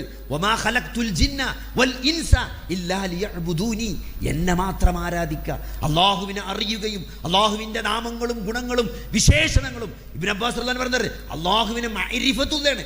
ഇബാദത്ത് എന്ന് പറഞ്ഞാൽ, ജീവിതം എന്ന് പറഞ്ഞാൽ അള്ളാഹുവിനെ അറിയലാണ്. ആ അള്ളാഹുവിനെ അറിയുമ്പോൾ എന്താ മെച്ചം? ഫഅലം അന്നഹു ലാ ഇലാഹ ഇല്ലല്ലാഹ് എന്നാണ്. ആ അള്ളാഹിനെ അറിയുമ്പം ആ അള്ളാഹിനെ നിങ്ങൾ ആരാധിക്കും. കാരണം അള്ളാഹുവിൻ്റെ ഗാംഭീര്യം, അള്ളാഹുവിൻ്റെ സിഫത്തുകൾ, അള്ളാഹുവിൻ്റെ അഫ്ആലുകൾ അള്ളാഹു കാണുന്നവനാണ്, കേൾക്കുന്നവനാണ്, പ്രാർത്ഥന ഉത്തരം ചെയ്യുന്നവനാണ്. അള്ളാഹു ഖദീറാണ്, അള്ളാഹു നിരീക്ഷിക്കുന്നവനാണ്, അള്ളാഹു കഠിനമായി ശിക്ഷിക്കുന്നവനാണ്, അള്ളാഹു പാപങ്ങൾ മുഴുവൻ പുറത്തു തരുന്നവനാണ്. ഈ നാമങ്ങളും ഗുണങ്ങളും വിശേഷണങ്ങളും എല്ലാം അറിയുന്ന ഒരാളെ സംബന്ധിച്ചിടത്തോളം അവനെന്താണ്? അവൻ അള്ളാഹുവിനെ ആരാധിക്കുള്ളൂ, അവൻ അള്ളാഹുവിലെ പ്രതീക്ഷർപ്പിക്കുള്ളൂ, അവൻ അള്ളാഹുവിലെ തവക്കുൽ ചെയ്തുള്ളൂ. അപ്പൊ എന്താണ്? ആ അള്ളാഹുവിനെ അറിയേണ്ട പോലെ അറിയലാണ്, കണക്കാക്കേണ്ട പോലെ കണക്കാക്കലാണ്. നിങ്ങൾ അള്ളാഹുവിനെ കണക്കാക്കേണ്ട പോലെ കണക്കാക്കാത്തതാണ് നമ്മൾ അള്ളാഹുവിനെ മനസ്സിലാക്കാത്തതിൻ്റെ കാരണം. അതുകൊണ്ട് സഹോദരങ്ങളെ, നമ്മൾ കൃത്യമായിട്ട് നമ്മൾ നരകത്തിൽ നിന്ന് അകന്നാൻ സ്വർഗത്തിലേക്ക് പ്രവേശിക്കാൻ അല്ലേ? നമ്മളെപ്പോഴും പറയും നമ്മൾ മക്കൾക്ക് വേണ്ടിയാണ് ജീവിക്കുന്നത്. ചില ആളുകളൊക്കെ പറയണ്ടേ, 35 വർഷം ഞാൻ ആ മരുഭൂമിയിൽ ജോലി ചെയ്ത് ഞാനിപ്പോൾ പ്രമേഹവും പ്രഷറും എല്ലാ കിഡ്നിയൊക്കെ പോയിട്ട് എല്ലാ അസുഖവുമായി ഇപ്പോൾ തിരിച്ചു വന്നിരിക്കണം. എന്തിനു വേണ്ടി? എൻ്റെ 5 പെൺകുട്ടികളെ കെട്ടിച്ചു അല്ലേ, എൻ്റെ 2 കുട്ടികളെ ഞാൻ MBBS എനപ്പോയിൽ കൊണ്ടുപോയി ചേർത്തി അവിടെ പഠിപ്പിച്ചു എന്നൊക്കെ ആളുകൾ പറഞ്ഞ. ഗൾഫിൽ പോയിട്ട് എൻ്റെ ജീവിതം ഫുള്ള് എന്ത് ചെയ്തു? അവർക്ക് വേണ്ടി നശിപ്പിച്ചു എന്നൊക്കെ ആൾക്കാർക്ക് ലാസ്റ്റ് മക്കളൊന്നും തിരിച്ചു തരാതെ ആൾക്കാർ പറഞ്ഞു പോകും. ആ മക്കളെ കൊണ്ടൊരു കാര്യം ഉണ്ടായില്ല. സഹോദരങ്ങളെ, ഈ ഗതി വരാതിരിക്കാൻ എന്തിനു വേണ്ടിയാണ് ജീവിക്കുന്നത്? നാളെ നമ്മൾ ആർക്ക് വേണ്ടിയാണോ ജീവിച്ചത്? വിശുദ്ധ ഖുർആന്റെ ഓരോ ആയത്തുകളും സൂറത്തു മആരിജ്, ഞാൻ പറഞ്ഞ ഈ തബാറക്കയും അമ്മയും എടുത്ത് പരിശോധിച്ചാൽ, വിശുദ്ധ ഖുർആനിലെ അവസാനത്തെ 2 ജുസുകൾ എടുത്താൽ അത് മക്കയിലിറങ്ങിയ സൂറത്തുകളാണ്. അതിൽ മുഴുവനും മക്കിയായ സൂറത്തുകളാണ്. എന്താ മക്കിയായ സൂറത്തിന്റെ പ്രത്യേകത? ചെറിയ ആയത്തേക്കാരം പരലോകബോധം. അങ്ങനെ ഓരോ ആയത്തിലും പരലോകബോധം അങ്ങനെ വിശുദ്ധ ഖുർആൻ തന്നുകൊണ്ടേയിരിക്കും. അതാണ് മക്കയിലെ ആയത്തുകളുടെ പ്രത്യേകത. എന്താണ്? തൗഹീദും ആഖിറത്തും റിസാലത്തുമാണ് മക്കയിൽ ഫുള്ള് പഠിപ്പിച്ചത്. യുബസ്സറൂനഹും സൂറത്തുൽ മആരിജിലെ ആയത്താണ്. യുബസ്സറൂനഹും യവദ്ദുൽ മുജ്രിമു ലൗ യഫ്തദി മിൻ അദാബി യൗമഇദിൻ ബിബനീഹി. തൻ്റെ മക്കളെ കൊടുത്തുകൊണ്ട്, തൻ്റെ മക്കളെ ഫിദിയ കൊടുത്തുകൊണ്ട്, മക്കളെ പ്രായശ്ചിത്തം നൽകിക്കൊണ്ട് ഒരാൾ നാളെ ആ നരകത്തിൽ നിന്ന്, ആ പ്രയാസത്തിൻ്റെ ശിക്ഷയിൽ നിന്ന് മോചനം നേടാൻ കഴിഞ്ഞിരുന്നെങ്കിൽ എന്ന് ആളുകൾ ആഗ്രഹിച്ചു പോകുന്നതാണ്. ഇവിടെ മക്കൾക്ക് വേണ്ടി മരിക്കാണ് അല്ലേ, കിഡ്നി കൊടുക്കാൻ തയ്യാറാണ് അല്ലേ. ഒരുമ്മ ആ ഉമ്മ എന്ത് ചെയ്തു, മകന് കിഡ്നി കൊടുക്കാൻ തയ്യാറാണ്. ഭാര്യ കൊടുക്കാത്തടത്ത് ഉമ്മ കൊടുക്കുന്നത് എന്തുകൊണ്ടാണ്? അത് മക്കളോടുള്ള സ്നേഹമാണ്. അത്രയും സ്നേഹമുള്ള മക്കളെ പ്രായശ്ചിത്തം കൊടുത്തിട്ടെങ്കിലും ഫിദിയ കൊടുത്തിട്ടെങ്കിലും ഈ പ്രയാസത്തിൽ നിന്ന് രക്ഷപ്പെടാൻ ജനം ആഗ്രഹിക്കുന്ന, മനുഷ്യരാഗ്രഹിക്കുന്ന ഒരു ദിവസം നാളെ വരാനുണ്ട് എന്നുള്ളതാണ്. എത്ര കൃത്യമാണ്. തൻ്റെ ഭാര്യയെ കൊടുത്തുകൊണ്ട്, ഇതൊക്കെ മനുഷ്യൻ്റെ ക്രൈസാണ്. മക്കള്, ഭാര്യ, സഹോദരൻ എന്നൊക്കെ പറഞ്ഞാൽ അതിനുവേണ്ടി ആൾക്കാർ മരിക്കും. അതൊക്കെ നാളെ ഫിദിയ കൊടുത്തുകൊണ്ട് ഈ പ്രയാസത്തിൽ നിന്ന് രക്ഷപ്പെടാൻ മനുഷ്യൻ ആഗ്രഹിക്കുന്നൊരു ദിവസമുണ്ട്. തനിക്ക് അഭയം നൽകിയ തൻ്റെ ബന്ധുക്കളെ എന്തതിനപ്പുറം പറയാനുള്ളത്? ഭൂമിയിലുള്ളത് മുഴുവനും. എന്തിന് സഹോദരങ്ങളെ അല്ലേ? കഴിഞ്ഞ ദിവസം ഒരു വാർത്ത കേട്ടു. ഞാൻ അറിയുന്ന ഒരു ഡോക്ടർ എന്താണ്, അദ്ദേഹം അമേരിക്കയിൽ പോയിട്ട് 79-ാമത്തെ വയസ്സിൽ തൻ്റെ ഹൃദയവും ശ്വാസകോശവും മാറ്റി വെച്ചിട്ടുണ്ട്. സാധാരണ ഹൃദയം മാറ്റി വെക്കൽ നമ്മൾ കേട്ടിട്ടുണ്ട്, ശ്വാസകോശം ഇത് രണ്ടും മാറ്റി വെച്ചിട്ടുണ്ട് 79-ാമത്തെ വയസ്സിൽ. ഏകദേശം ഇന്ത്യയിലെ 30 കോടി റുപ്യ ഏകദേശം ചിലവാക്കിയിട്ട്.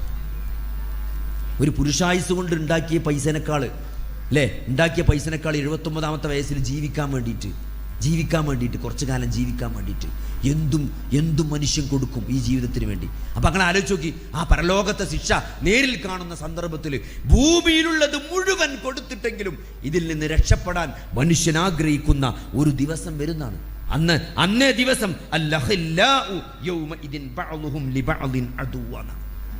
ആരാണ്? അന്ന് മുത്തക്കികളല്ലാത്ത ആളുകളൊക്കെ പരസ്പരം ശത്രുക്കളായിരിക്കുന്നതാണ്. അതുകൊണ്ട് മുത്തക്കികളല്ലാത്ത നിങ്ങൾക്ക് എന്ത് ബന്ധമുണ്ടോ സഹോദരങ്ങളെ? ഓരൊക്കെ നാളെ നമ്മളെ ശത്രുക്കളായിട്ട് വരും. മുത്തക്കിങ്ങൾ മാത്രമേ നാളെ ഖിയാമത്ത് നാളിൽ സുഹൃത്തുക്കളായിട്ടുണ്ടാവുള്ളൂ. ബാക്കിയൊക്കെ നമ്മൾ എഗെയിൻസ്റ്റ് ആയിട്ട് വരുന്ന ഒരു സന്ദർഭം നാളെ ജീവിതത്തിൽ വരാനുണ്ട്. അതുകൊണ്ട് നല്ലോണം പ്രാർത്ഥിക്കുക. റബ്ബനാ ഹബ്ലനാ മിന അസ്വാജിനാ വദുരിയാതിനാ ഖുർറത അയുൻ വജ്അൽനാ ലിൽ മുത്തഖീന ഇമാമ. നമ്മൾ ഏറ്റവും കൂടുതൽ ദുനിയാവിൽ സ്നേഹിച്ച നമ്മുടെ മക്കൾ നാളെ നമുക്കെതിരെ ശത്രുക്കളായി വരാതിരിക്കാൻ നമ്മൾ നിരന്തരം പ്രാർത്ഥിച്ചുകൊണ്ടിരിക്കണം എന്നാണ്. ആ പ്രാർത്ഥന ഇബാദുർ റഹ്മാന്റെ പ്രാർത്ഥനയായിട്ട് അള്ളാഹു വിശുദ്ധ ഖുർആൻ സൂറത്ത് ഫുർഖാന്റെ അവസാനത്തെ ആയത്തുകളിൽ പഠിപ്പിച്ച പ്രാർത്ഥനയാണിത്. എന്താണ്? വജഅൽനാ ലിൽ മുത്തഖീന ഇമാമ എന്നാണ്. മുത്തഖിയാക്കണം എന്നല്ല പറഞ്ഞത്, മുത്തഖീങ്ങൾക്ക് ഇമാമാക്കണം എന്നാണ് പറഞ്ഞത്. എന്താ സഹോദരങ്ങളെ അല്ലെ? ആ ആയത്ത് വിശദീകരിച്ചു കൊടുത്ത് മുഫസ്സിറുകൾ ഉദ്ധരിച്ചൊരു സംഭവം കാണാൻ പറ്റും. എന്താണ്? നമ്മൾ അങ്ങനെ ചിന്തിക്കണം. മുത്തഖിലിമ എന്താണ്? ഒരു ക്ഷാമത്തിൻ്റെ സന്ദർഭത്തിൽ ഒരു സംഘം വന്നിട്ട്, ഒരു ഗോത്രക്കാർ വന്നിട്ട് നബിനോട് സഹായം ചോദിച്ചു എന്നാണ്. നബി എല്ലാവരോടും അവരുടെ കയ്യിലുള്ളതൊക്കെ കൊടുക്കാൻ പറഞ്ഞു. ആരും ഒന്നും കൊടുക്കണില്ല. നബിന്റെ മുഖം ചുവന്നു എന്നാണ്. അത് കണ്ടപ്പോൾ സഹാബത്ത് പേടിച്ചു. എല്ലാവരും ആദ്യം കുറച്ച് ആൾക്കാർ പെരിയുള്ളത് കൊണ്ടേറ്റ് ഉള്ളത് മൊത്തം കൊണ്ടുപോയി അവിടെ ഇട്ടു അല്ലേ. അത് കണ്ടപ്പം പിന്നെ ആൾക്കാരെന്ത് ചെയ്തു? പിന്നെ ആൾക്കാരെല്ലാവരും ഓരോരുത്തർ അവരെ പെരി നിർത്തുകൊണ്ടിരാൻ തുടങ്ങി. അപ്പം നബി സ്വല്ലല്ലാഹു അലൈഹി വസല്ലം പറഞ്ഞു, ആദ്യം കൊടുത്തവർക്ക് എന്തുണ്ടാവും? ആദ്യം കൊടുത്തതാണ് ഇതിൻ്റെ പ്രചോദനം. അവർക്ക് ബാക്കിയുള്ളവർ കൊടുത്തിൻ്റെയൊക്കെ കൂലി ഉണ്ടാവും എന്നാണ്. അതാണ് മുത്തഖീങ്ങൾക്ക് ഇമാമാകുക എന്ന് പറഞ്ഞാൽ. എല്ലാത്തിലും മുന്നിൽ നിൽക്കാൻ പറ്റണം, എല്ലാത്തിലും മാതൃക കാണിക്കാൻ. അങ്ങനത്തെ മക്കളെ തരണേ, അങ്ങനത്തെ ഭാര്യമാരെ തരണേ എന്ന് പ്രാർത്ഥിക്കാനാണ് അള്ളാഹു സുബ്ഹാനഹു വ തആല പറഞ്ഞത്. അപ്പം അതുകൊണ്ട് അത് ജീവിതത്തിൻ്റെ ഭാഗമാക്കി മാറ്റണം. നമ്മുടെ ഏതൊരു പ്രാർത്ഥനയിലും ആ ഒരു ലഫ്ള് ഉണ്ടാകണം. റബ്ബനാ ഹബ്ലനാ മിന അസ്വാജിനാ വദുരിയാതിനാ ഖുർറത അയുൻ വജ്അൽനാ ലിൽ മുത്തഖീന ഇമാമ. കാരണം നാളെ പരലോകത്ത് മക്കൾ ശത്രുക്കളായി വരുന്ന, ഭാര്യമാർ ശത്രുക്കളായി വരുന്ന, സ്വന്തക്കാർ ശത്രുക്കളായി വരുന്ന ഒരവസ്ഥ, അത് ഏറ്റവും ദയനീയമായ, അങ്ങേയറ്റം വിഷമുള്ളൊരവസ്ഥയായിരിക്കും. അതേപോലെ തന്നെ സഹോദരങ്ങളെ, ഒരു കുടുംബത്തിൽ നമ്മൾ ഏറ്റവും കൂടുതൽ ശ്രദ്ധിക്കേണ്ട കാര്യം, നമ്മൾ കുടുംബത്തോടു കൂടി സ്വർഗത്ത് പോകണം. നമ്മൾ ഏറ്റവും ആദ്യം ചെയ്യേണ്ട കാര്യം എന്താ വെച്ചാൽ, നമ്മൾ സ്വയം നന്നാകണം എന്നുള്ളതാണ്. നമ്മളെല്ലാ മോശത്തരം കൊണ്ടുവന്നിട്ട് എല്ലാ മോശമായ പെരുമാറ്റങ്ങളും സ്വഭാവങ്ങളും വെച്ചിട്ട് നമ്മൾ സ്വർഗത്ത് പോകണമെന്ന്, മറ്റുള്ളവരൊക്കെ മാറണമെന്ന് ആഗ്രഹിക്കുന്നത് വിഡ്ഢിത്താണ്. ഏത് മാറ്റം നമ്മുടെ കൂടെ ജീവിക്കുന്നവരിൽ കാണണമെന്ന് നമ്മൾ ആഗ്രഹിക്കുന്നുവോ ആ മാറ്റത്തിൻ്റെ ആള് ആദ്യം നമ്മളാകണം എന്നാണ്. ലാ യുഗയ്യിറു ഇന്നല്ലാഹ ലാ യുഗയ്യിറു മാ ബിഖൗമിൻ ഹത്താ യുഗയ്യിറു മാ ബി അൻഫുസിഹിം എന്നാണ്. സ്വയം മാറാതെ ഒരു ജനതയെ അല്ലാഹു മാറ്റൂല എന്നാണ്. അതുകൊണ്ട് നമ്മൾ മാറണം. നമ്മളെ എല്ലാ മോശമായ സ്വഭാവങ്ങളും അല്ലേ, നമ്മൾ ദേഷ്യപ്പെടുന്നവനാണോ, നമ്മൾ ദേഷ്യം കുറക്കണം. അല്ലേ? നമ്മൾ അള്ളാഹുവിൻ്റെ റസൂലിൻ്റെ വസിയത്താണ് ലാ തഗ്ളബ്, നീ ദേഷ്യപ്പെടരുത് അല്ലേ? അതേപോലെ നമ്മൾ വഞ്ചന നടത്തുന്ന ആളാണോ സഹോദരങ്ങളെ, നമ്മൾ വഞ്ചിക്കാൻ പാടില്ല. അങ്ങനെ അള്ളാഹുവിൻ്റെ റസൂൽ എന്തൊക്കെ നല്ല സ്വഭാവങ്ങളായി പഠിപ്പിച്ചോ അതൊക്കെ നമ്മുടെ ജീവിതത്തിലേക്ക് വേണമെന്നാണ്. നിങ്ങൾ ആലോചിച്ച് ഏറ്റവും സന്തോഷകരമായ ഒരു അവസ്ഥ നാളെ സ്വർഗത്തിൽ എന്താണ്? വല്ലദീന ആമനു വത്തബഅതുഹും ദുർരിയ്യതുഹും ബിഈമാനിൻ അൽഹഖ്നാ ബിഹിം ദുർരിയ്യതഹും എന്നാണ്. നാളെ പരലോകത്ത് എന്ത് ചെയ്യും? ഏതൊരു കൂട്ടർ വിശ്വസിക്കുകയും അവരുടെ സന്താനങ്ങൾ ആ വിശ്വാസത്തിൽ അവരെ ഇത്തിബാഅ് ചെയ്യുകയും പിന്തുടരുകയും ചെയ്തിരിക്കുന്നുവോ അവരുടെ സന്താനങ്ങളെ നാം അവർക്കൊപ്പം ചേർക്കുന്നതാണ്. ഇത് വല്ലാത്തൊരായത്താണ്. വിശുദ്ധ ഖുർആനിലെ ഒരു മനുഷ്യന് സമാധാനം കിട്ടുന്ന ആയത്തുകളിൽ വല്ലാത്തൊരായത്താണ് ഈ ആയത്ത്. സൂറത്തു തൂറിലെ 21-ാമത്തെ ആയത്ത്. വല്ലദീന ആമനു, വിശ്വസിച്ച ആളുകൾ, വത്തബഅതുഹും ദുർരിയ്യതഹും, വിശ്വാസത്തിൽ അവരെ പിന്തുടർന്ന അവരുടെ സന്താനങ്ങൾ, അവർക്ക് അല്ലാഹു നൽകുന്ന ഈമാൻ, അവർക്ക് അല്ലാഹു നൽകുന്ന ഒരു പ്രതിഫലം തരും. അൽഹഖ്നാ ബിഹിം ദുർരിയ്യതഹും എന്നാണ്. അതായത് നാളെ പരലോകത്ത് മാതാപിതാക്കൾ, പരലോകത്തിൽ പ്രത്യേകം തരങ്ങൾ. നാളെ സ്വർഗത്തിൽ ഒരു ദറജല്ല, സ്വർഗത്തിൽ ദറജകളാണ്. എല്ലാവരും ഒരേ സ്വർഗത്തിലല്ല പോവുക, വ്യത്യസ്തമായ സ്വർഗാണ്. സ്വർഗത്തിൽ ദറജകളുണ്ട്. ഒരു ദറജ, 2 ദറജകൾക്കിടയിലുള്ള അകലമെന്ന് ആകാശഭൂമികളോടുള്ള അകലം ഉണ്ടാവുന്നതാണ്. അത്രയും വ്യത്യാസം ഉണ്ടാവും. അപ്പോൾ മാതാപിതാക്കൾ ഏറ്റവും ഉന്നതമായ ദറജയിൽ സ്വർഗത്തിൽ വിരാജിക്കുമ്പം അത്രയൊന്നും അവസ്ഥയിലല്ലാത്ത സന്താനങ്ങളെ മാതാപിതാക്കളുടെ കൺകുളിർമയ്ക്ക് വേണ്ടി അള്ളാഹു ദറജ ഉയർത്തി കൊടുക്കുന്നതാണ്. അതാർക്കേ ഉള്ളൂ? വിശ്വാസത്തിൽ പിന്തുടർന്ന മക്കൾക്കേ കിട്ടുള്ളൂ. വാപ്പാനെ അഖീദയിൽ പിന്തുടർന്ന മക്കൾക്ക് ആ ഭാഗ്യം കിട്ടുള്ളൂ, എല്ലാവർക്കും കിട്ടൂല. അപ്പൊ അതുകൊണ്ട് അത് വല്ലാത്ത ഇബ്നു അബ്ബാസ് റളിയല്ലാഹു അൻഹു ആയത്തിനെ വിശദീകരിച്ചുകൊണ്ട് പറയണ എന്താണ്? അദ്ദേഹം പറയാണ്, അള്ളാഹു കർമ്മങ്ങളിലും ഈമാനിലും മാതാപിതാക്കളുടെ അത്രയും ദറജയിലെത്താത്ത മക്കളെ മാതാപിതാക്കളുടെ ഒരു സമാധാനത്തിനും ആശ്വാസത്തിനും വേണ്ടി ദറജ സ്വർഗത്തിൽ മക്കളത് അള്ളാഹു ഉയർത്തിക്കൊടുക്കുമെന്നാണ്. അത്രയും വലിയ പ്രതിഭ. അപ്പം എന്ത് വേണം? നമ്മളെ മക്കളെ കൂടെ നിർത്തണം. ചെറുപ്പത്തിലെ ഇമാം ഗസാലി പറഞ്ഞതുപോലെ 7 വയസ്സ് വരെ മക്കളെ നിരന്തരം ഉപദേശിക്കണം അല്ലേ? അവർ കാണുന്നതും അവർ കേൾക്കുന്നതും എന്താകണമെന്ന് നമ്മൾ നിയന്ത്രിക്കണം. അവർക്ക് എന്തും നമുക്ക് കാണാൻ പറ്റും, യൂട്യൂബിലും അവർ ഷോർട്സ് ഒക്കെ കാണും. പക്ഷേ അത് ഇസ്ലാമിൻ്റെ, അത് ത്വാഅത്തിൻ്റെ, അള്ളാഹു ഹലാലാക്കിയ രൂപത്തിലുള്ള, അത് ഖുർആനാകട്ടെ ദിക്റാകട്ടെ അവരുടെ കർമ്മങ്ങളാകട്ടെ അങ്ങനത്തെ കാര്യങ്ങൾ അവരിൽ സന്നിവേശിപ്പിക്കാൻ, ദീനിൻ്റെ കാര്യങ്ങൾ, ദീനിൻ്റെ ആൾ അതാണ് ജീവിതത്തിൻ്റെ വൈബായിട്ട് അവർ മനസ്സിലാക്കുന്നൊരു സാഹചര്യം വീട്ടിലുണ്ടാക്കാൻ വേണ്ടി എന്ത് ചെയ്യണം? നമ്മൾ ശ്രമിക്കണം സഹോദരങ്ങളെ. അതുകൊണ്ട് എന്താണ്? വിശ്വാസം പണമോ അല്ലെങ്കിൽ എന്തെങ്കിലും ദറജയോ അല്ലെങ്കിൽ ദുനിയാവിലെ എന്തെങ്കിലും പൊസിഷനോ അധികാരമോ സമ്പത്തോ സ്വാധീനമോ അല്ല സഹോദരങ്ങളെ. നമ്മുടെ അഖീദയാണ്. അഖീദുള്ള മക്കൾ അവനെത്ര എന്താണ് നല്ല ദറജയിലല്ലാത്ത ജോലിയാണെങ്കിലും എൻ്റെ മകന് അഖീദയിൽ എന്നോടൊപ്പമാണ്, പള്ളിയിൽ അവൻ മുന്നത്തെ സുഫിലുണ്ടാവും, ദീനിൻ്റെ കാര്യത്തിൽ അവൻ മുന്നിലാണ് എന്നതിൽ സന്തോഷിക്കാനും ആശ്വസിക്കാനും ഒരു പിതാവിന്, മാതാപിതാക്കൾക്ക് സാധിക്കേണ്ടതുണ്ട്. അതുകൊണ്ട് നമ്മൾക്ക് ശേഷം നമ്മൾ മരിച്ച് നമ്മൾ ഈ ഭൂമിയിൽ നിന്ന് നമ്മൾ കബർ കൊണ്ടു വെച്ചാൽ നമുക്ക് ശേഷം എന്ത് സഹോദരങ്ങളെ മക്കൾ ഓരിച്ചെടുക്കും? നമ്മൾ ഉണ്ടാക്കിയ സമ്പത്ത് മുഴുവൻ അല്ലേ, പാപ്പാന്റെ സ്വത്ത് എത്ര ഉണ്ടെന്ന് അറിയില്ല എന്നാണ്. കുഞ്ഞാലിയാക്കാനെ വിളിക്കണം എന്നാണ്. കുഞ്ഞാലിയാക്കാൻ്റെ അടുത്താണ് ആധാരം അല്ലേ? ബിനാമികളുണ്ടാവും പല ആളുകൾക്കും. ആരൊക്കെ പേരിൽ രജിസ്റ്റർ ചെയ്ത സ്വത്തുകൾ, ടാക്സിൽ നിന്നും മറ്റേതൊക്കെ രക്ഷപ്പെടാൻ വേണ്ടി ബിനാമികളുള്ള ആളുകൾ മരിച്ചാലേ അറിയുള്ളൂ എത്ര സ്വത്തുണ്ട്, എത്ര ആധാരമുണ്ട് എന്ന് പോലും. സഹോദരങ്ങളെ, അതൊക്കെ അനന്തരാവകാശികൾ ഓഹരി വെച്ചെടുക്കുന്ന ഒരു ദിവസം വരുന്നതാണ്. എനിക്ക് ശേഷം എന്ത് എന്നുള്ളൊരു ചോദ്യമുണ്ട്. അബൂ ഹുറൈറ റളിയല്ലാഹു അൻഹു പറയാണ്, ഖാല റസൂലുള്ളാഹി സ്വല്ലല്ലാഹു അലൈഹി വസല്ലം, ഇദാ മാത ഇബ്നു ആദം, ആദമിന്റെ മനുഷ്യൻ, ആദമിന്റെ മകൻ മരിച്ചാൽ ഇൻഖതഅ അമലുഹു, അവന്റെ അമലുകൾ മുറിഞ്ഞു പോകും. ഒരു സുബ്ഹാനല്ലാഹ് പിന്നെ ചെല്ലാൻ പറ്റൂല. അക്കൗണ്ട് ഫ്രീസ് ചെയ്തു.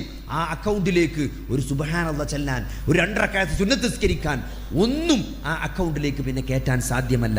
ഇല്ലാമിൻ സലാസ, 3 കാര്യങ്ങൾ ഒഴികെ. ഒന്നെന്താണ്? സ്വദഖത്തിൻ ജാരിയത്തിൻ, നിലനിൽക്കുന്ന സ്വതക്ക അല്ലേ? നമ്മൾ എന്തെങ്കിലും നിലനിൽക്കുന്ന എന്തെങ്കിലും സ്വതക്കകൾ കൊടുത്തിട്ടുണ്ടെങ്കിൽ, ഇതാ പള്ളിക്ക് നമ്മൾ ഒരു പീഡിയ റൂം കൊടുത്തു അല്ലേ, ചില ആൾക്കാർ തെങ്ങ് കൊടുക്കും, ചില ആൾക്കാർ എന്ത് ചെയ്യും, ചിലർക്ക് ഒരു ഷോപ്പ് ഉണ്ടാക്കി കൊടുക്കും, അല്ലെങ്കിൽ ഒരു ഫ്ലാറ്റ് ഉണ്ടാക്കി കൊടുത്തു. അതിൻ്റെ വരുമാനം മദ്രസ കിട്ടട്ടെ, അറബി കോളേജ് കിട്ടട്ടെ, പള്ളി കിട്ടട്ടെ എന്ന് വിചാരിച്ചിട്ട്, അല്ലെങ്കിൽ ഒരു ബസ് സ്റ്റോപ്പ് ഉണ്ടാക്കി, ഒരു കിണറുണ്ടാക്കി കൊടുത്തു. അങ്ങനെ നിലനിൽക്കുന്ന ഒരു ഖുർആൻ പള്ളിയിലേക്ക് വഖഫ് ചെയ്തു. അങ്ങനെ നിലനിൽക്കുന്ന എന്തൊക്കെ സൽക്കർമ്മങ്ങൾ സ്വതക്കയാണ് ഒരാൾ ചെയ്തത്, അത് അവൻ്റെ ഖബറിലേക്ക് എത്തിക്കൊണ്ടിരിക്കും. ഔ ഇൽമിൻ യുന്തഫഉ ബി, ഒരു ഉപകാരപ്രദമായ അറിവ് ഒരാൾക്ക് പകർന്നു കൊടുത്തിട്ടുണ്ടെങ്കിൽ അത് നാളെ ബാക്കി ഉണ്ടാവും. ആലോചിച്ച് നോക്കി, ഒരു ദിക്ർ ഒരാൾക്ക് പറഞ്ഞു കൊടുത്ത ഒരു യാത്രയിൽ, ഈ യാത്രയിൽ അങ്ങാടിയിലെത്തുമ്പോൾ നല്ലൊരു പ്രാർത്ഥന ഉണ്ട്, 10 ലക്ഷം പ്രതിഫലം കിട്ടുന്ന ഒരു പ്രാർത്ഥന ഉണ്ട് അല്ലേ?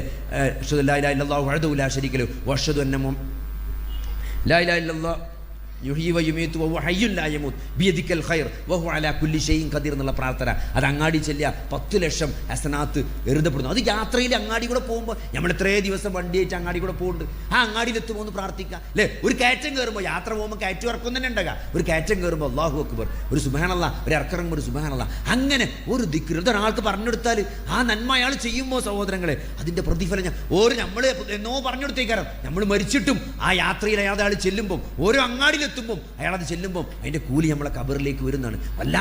വല്ലാത്തൊരു പ്രതിഫലമാണ്. അതുകൊണ്ട് ഒരു ദർസ് എടുത്തു കൊടുക്കുക, ഒരാൾക്ക് ഒരു ക്ലാസ് എടുത്തു കൊടുക്കുക, ഒരു കിതാബ് എഴുതുക. ഞാൻ അതിന് പറ്റൂല സഹോദരങ്ങളെ, ആർക്കെങ്കിലും എഴുതാൻ കഴിവുള്ളവരുടെ ചെന്നിട്ട് നിങ്ങളൊരു പുസ്തകം എഴുതി ഒരു നോട്ടുണ്ടാക്കി, ഞാനത് പ്രിന്റ് ചെയ്യാം, ഞാനത് PDF ഇറക്കാം, ഞാനത് പരസ്യം കൊടുക്കാം, ഞാനത് ജനങ്ങൾക്ക് എത്തിക്കാം എന്ന് പറഞ്ഞിട്ട് അങ്ങനെ ചെയ്യുന്ന ആളുകൾ എന്തിനു വേണ്ടി?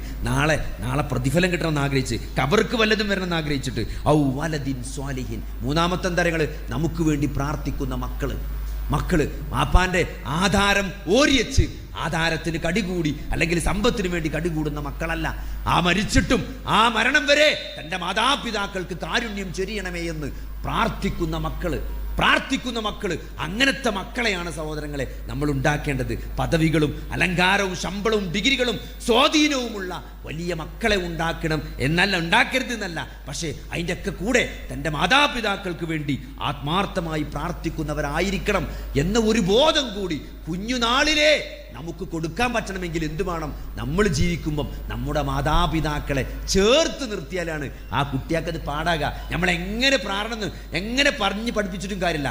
നമ്മളെ വാപ്പാനോട് നമ്മുടെ മകൻ നമ്മൾ എങ്ങേത് നിലപാടാണ് സ്വീകരിച്ചത് എന്ന് നമ്മുടെ മക്കൾ അറിഞ്ഞിട്ടുണ്ടെങ്കിൽ, നമ്മളെ മക്കളത് മനസ്സിലാക്കിയിട്ടുണ്ടെങ്കിൽ, എൻ്റെ വാപ്പ എന്തെങ്കിലും പറഞ്ഞ എൻ്റെ വല്യാപ്പ എന്തെങ്കിലും പറയുമ്പം എൻ്റെ വാപ്പ മിണ്ടാറില്ല അല്ലേ, ഇഷ്ടമല്ലെങ്കിലും എൻ്റെ വാപ്പ ഒന്നും മിണ്ടൂല എന്ന് മനസ്സിലാക്കിയ ഒരു പേരക്കുട്ടി ആ വലുതാവുമ്പം അതേ നിലപാടാണ് വാപ്പാനോട് എടുക്കുക. കാരണം എന്താ പറയുക? എൻ്റെ വാപ്പ അങ്ങനെയായിരുന്നു, എൻ്റെ വല്യാപ്പ ചൂടാവുമ്പം എൻ്റെ വാപ്പ തലയും താത്തിരിക്കുന്നതാണ്, തിരിച്ചൊന്നും പറയില്ല എന്നാണ്. അങ്ങനെ മാതാപിതാക്കളെ ആദരിക്കുന്ന, അവരുടെ വിഷമങ്ങളിൽ വിഷമിക്കുന്ന, അവരുടെ സന്തോഷങ്ങളിൽ സന്തോഷിക്കുന്ന,